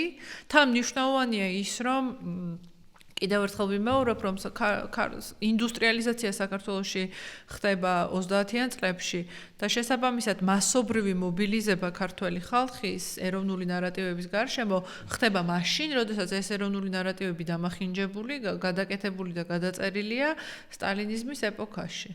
ან როდესაც ქართველები მასიურად სწავლობენ წერა-კითხვას და შეუძლიათ წაიკითხონ და გაიგონ იქ რა წერია და სკოლებში მიდიან და განათლებას იღებენ და ეს მოხდა საბჭოთა კავშირში და სტალინიზმის ეპოქაში, მათ იქ უკვე ხდებათ ეს ახალი ნარატივები, რომელიც განსხვავებულია იმისგან, რაც 1918-ში, 19-ში, 20-ში არსებობდა. ამიტომ ხო და მე ამა რა თქმა უნდა, ეხა რა რეალობაშიც გაივლი სოციალიზაციას და ჩამოყალიბდება შენი ცნობიერი, ამ გარემოს დიდი გავლენა აქვს ძალიან ადამიანის ცნობიერებაზე. ხო, ამიტომ ვერ ვიტყოდი რომ ეგ რაღაც ქართველებს რაღაც გენეტიკური უბედურება გვჭირს, რომ მაინც და მაინც მესიები გვინდა. ჩვენ უფრო ხო, პრობლემა გვაქვს იმაში, რომ რაღაცა შეგვეყარა აქ საბჭოთა პერიოდში, რომლისგანაც უნდა გავთავისუფლდეთ. ეგ ვერ მოხდება ერთ და ორ დღეში, მაგრამ პოლიტიკური ნების არსებობის შემთხვევაში შეიძლება რომ მოხდეს რაღაც ერთ თაობაში, შეიძლება რომ ეგ მოხდეს. ნაწილობრივ ვახსენეთ ეს თემაც, მაგრამ საქართველოში როგორ შემორჩა სტალინის კულტი, როგორ იმ ჯგუფებში, რომლებიც დღემდე არიან ძალიან სტალინით შეპყრობილები, ასე ვთქვათ, რა იმიჯით შემორჩა სტალინი, რასთან ასოცირდება, რა ნარატივები ვრცელდება მის შესახებ, იმიტომ რომ სამწუხაროდ მე ახალგაზრდებიც მხვდებიან, რომლებიც ძალიან შეპყრობილები არიან, აი საკულტო დონეზე, აი კულტში გაწევრიანების დონეზე არიან შეპყრობილი სტალინით და იციან მილიონი რაღაც უაზრო ბოდვა შეიძლება თავიდან ბოლომდე ითქვას მის შესახებ ის ლეგენდები რომლებიც მიზანმიმართულად ან უკვე ფოლკლორის დონეზე ვრცელდებოდა მის შესახებ და როგორ არის საქართველოში შემორჩენილი? მაგას შევაჯამებდი, ამას უყვები ხოლმე ამ ისტორიას. მე თავიდან ჩემი კვლევა დავიწყე როგორც ეთნოგრაფიული კვლევა და გორში წავედი, ინტერვიუებს ატარებდი რიგით გამვლელებთან და ერთ-ერთი კაცი იყო, რომელსაც რაღაც კითხვებს უსვამდი და მათ ჩვენამ კლავზე ჰქონდა სტალინის და ლენინის სტატუები და მინდა რომ ახლა მინდა ლენინი მოვიშორო და სტალინიო ყველაზე მაგარი ლიდერი იყო მსოფლიოს ისტორიაშიო. ერთ-ერთი პრობლემა ის იყო, რომ კომუნისტურ სისტემას ედგა სათავეში. ეგ რო კაპიტალისტური სისტემის ლიდერი ყოფილიყო, კაცი არ აჯობებდა სამყაროშიო და მგონია, რომ ეგ ძალიან კარგად აჯამებს იმას ის ქართველები, ვინც ესე ოფიციალურად სტალინისტებად აიდენტიფიცირებენ თავს, როგორ ხედავენ სტალინს. რომ მათთვის კომუნიზმისგან მთლიანად გამიჯნულია სტალინი და მათთვის სტალინი ძლიერი და დიდებული ლიდერი არა იმიტომ, რომ კომუნისტი იყო და კომუნიზმი მოსწონთ, თუმცა ვიღაცებს შეიძლება კომუნიზმიც მოსწონთ. არამედ იმიტომ, რომ იყო ქართველი, რომელიც ნახევარ მსოფლიოს მართავდა, რომელმაც მოიგო მეორე მსოფლიო ომი. და ხო, უფრო ანუ ასე ვთქვათ, რაღაცა ამოტრიალება მოხდა სტალინის სახით ქართულ ცნობიერში და ქართულ ნაციონალურ ნარატივში. ანუ ქართველები მთელი ისტორიის განმავლობაში თუ იყვნენ, ხან ერთი იმპერია იპყრობდა, ხან მეორე, ხან ერთს ებრძოდნენ, ხან მეორეს, რომ კულტურული იდენტობა და რელიგია შეენარჩუნებინათ, უეცრად ამ პატარა ერის შვილი თავად ექცევა იმ იმპერიის სათავეში, რომელი იმპერიის ნაწილიც საქართველო ამ შემთხვევაში. ეს რაღაცა ამოვარდნა ხდება ქართულ ნაციონალურ ნარატივში, ამიტომ მგონია, რომ ეს არის ძალიან მნიშვნელოვანი და მე უკვე ამას ხელს უწყობს განსაკუთრებით ახლა თანამედროვეობას თუ ვსაუბრობთ, ამაზე გადასარევად მუშაობს რუსული ან პრორუსული პროპაგანდა, რომელიც ქართველებს გადასარევად გვიცნობს და ეს მიმართება კარგად იციან და ამ მიმართებას ეფექტურად ამუშავებენ სხვადასხვა მითების გავრცელებით, მაგალითად სტალინი და ბერია როგორ შეხვდნენ შაჰს და შაჰმა როგორ მოიყარა მუხლი მათ წინაშე და სტალინმა ლენინს გადაუჩურჩულაო, რომ ეხა ერეკლე გხედავდეს ნეტაო და ნუ რაღაც ამდაგვარი მითების გავრცელებით გვიცნობენ კარგად, იციან რა როგორ მოხვდება ქართველის ყურს და ხა რა თქმა უნდა მე ამ მიმართებების გაღვივებას ეს პროპაგანდა აბსოლუტურად ხელს უწყობს. ერთ-ერთი ყველაზე ესე ფართოდ გავრცელებული, მე რაც შემხვედრია ყოველ შემთხვევაში, როდესაც რუსულ დეზინფორმაციას ამ პროპაგანდას ვიკვლევდით, ამ პრორუსულს, ეს იყო, რომ ის ნარატივი, რომ ქართველს შეუძლია თავისი ნიჭის სრულ პოტენციალს მიაღწიოს რუსეთთან ერთად დგომით. რისი არაჩვეულებრივი მაგალითიც ხშირად არის ხოლმე თვითონ სტალინი, რომ აი სტალინი რო საქართველოში ყოფილიყო და რუსეთის ნაწილი არ ყოფილიყო საქართველო, მაშინ ის ვერ მიაღწევდა იმ მასშტაბებს და ამიტომ თქვენ თითქოს ამით აჩვენებენ, რომ ქართველს თუ უნდა რომ რაღაცას წარმოადგენდეს ქვეცნობიერ დონეზე მაინც უნდა იყოს რუსეთთან ახლოს და არა დამოუკიდებლად, იმიტომ რომ რაც ძლიერიც არ უნდა იყოს, რა გენიოსიც არ უნდა იყოს, იგი დამოუკიდებელი საქართველოს შემთხვევაში ვერ მიაღწევს იმ წარმატებას. ხო, მაგ მიმართებას თვითონ სტალინის ეგრე ხედავდა რეალურად საქართველოს და მაგაზე ნიკო ბერძენიშვილს და სიმონ ჯანაშიას ესაუბრა, როგორც ჩანს, ეგრე იხსენებს ნიკო ბერძენიშვილი, რომ ეუბნება გიორგი სააკაძეზე რო ესაუბრება, მან ეუბნება, რომ მაგანო უცხო ჯარებიო მოიწვია, იმიტომ რომ შტობი პიერეკრიც внутреннюю слабость, რომ გადაეფარა შინაგარი სისუსტეო, ანუ როგორც და იგივე ანალოგი შეგვიძლია გავავლოთ სტალინი, ურჯონიკიძე, რომლებიც მოუძღვიან უცხო ჯარებს საქართველოში, მოუძღვიან იმიტომ რომ გადაფარონ შიდა სისუსტე. და რომ ამგვარი შემოძღოლა უცხო ჯარების არის პროგრესული გადაწყვეტილება, იმიტომ რომ პროგრესულ მიზანს ამ შემთხვევაში ქვეყნის ერთიანობას ემსახურება.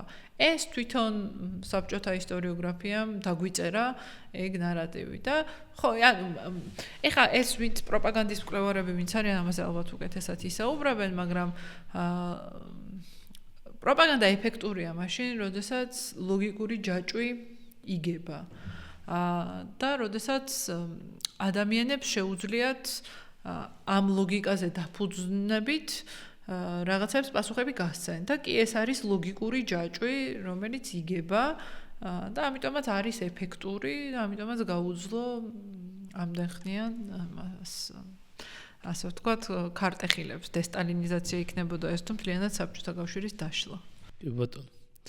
ვიმედოვნებ, რომ უახლეს მომავალში იქნება რამე შესაძლებლობა, რომ ამ წრედს, ასე ვთქვათ, დავაღწიოთ თავი და გაატარდება ის პოლიტიკა, რომელიც საჭირო იქნება, რომ უკეთესობისკენ შეიცვალოს ყველანაირად ისტორიის თვალსაზრისით, პოლიტიკის თვალსაზრისით, მედია წიგნიერების თვალსაზრისით და ასე შემდეგ. ძალიან დიდი მადლობა ამ თემაზე საუბრისთვის, იმიტომ რომ როგორც თქვი, ეს არის თემა, რომელიც არა მარტო ისტორიას შეეხება, არა მარტო სტალინს შეეხება, არამედ სამწუხაროდ უკვე ჩვენ ყოველდღიურ ცხოვრებასაც შეეხება და ჩვენი შვილების მომავალსაც შეეხება და მადლობა ჩემთან სტუმრობისთვის. ჩვენ კი დავუბრუნდებით შემდეგ სამშაბათს გვიყუროთ ისევ 8 საათზე. დიდი მადლობა რომ გვიყურეთ.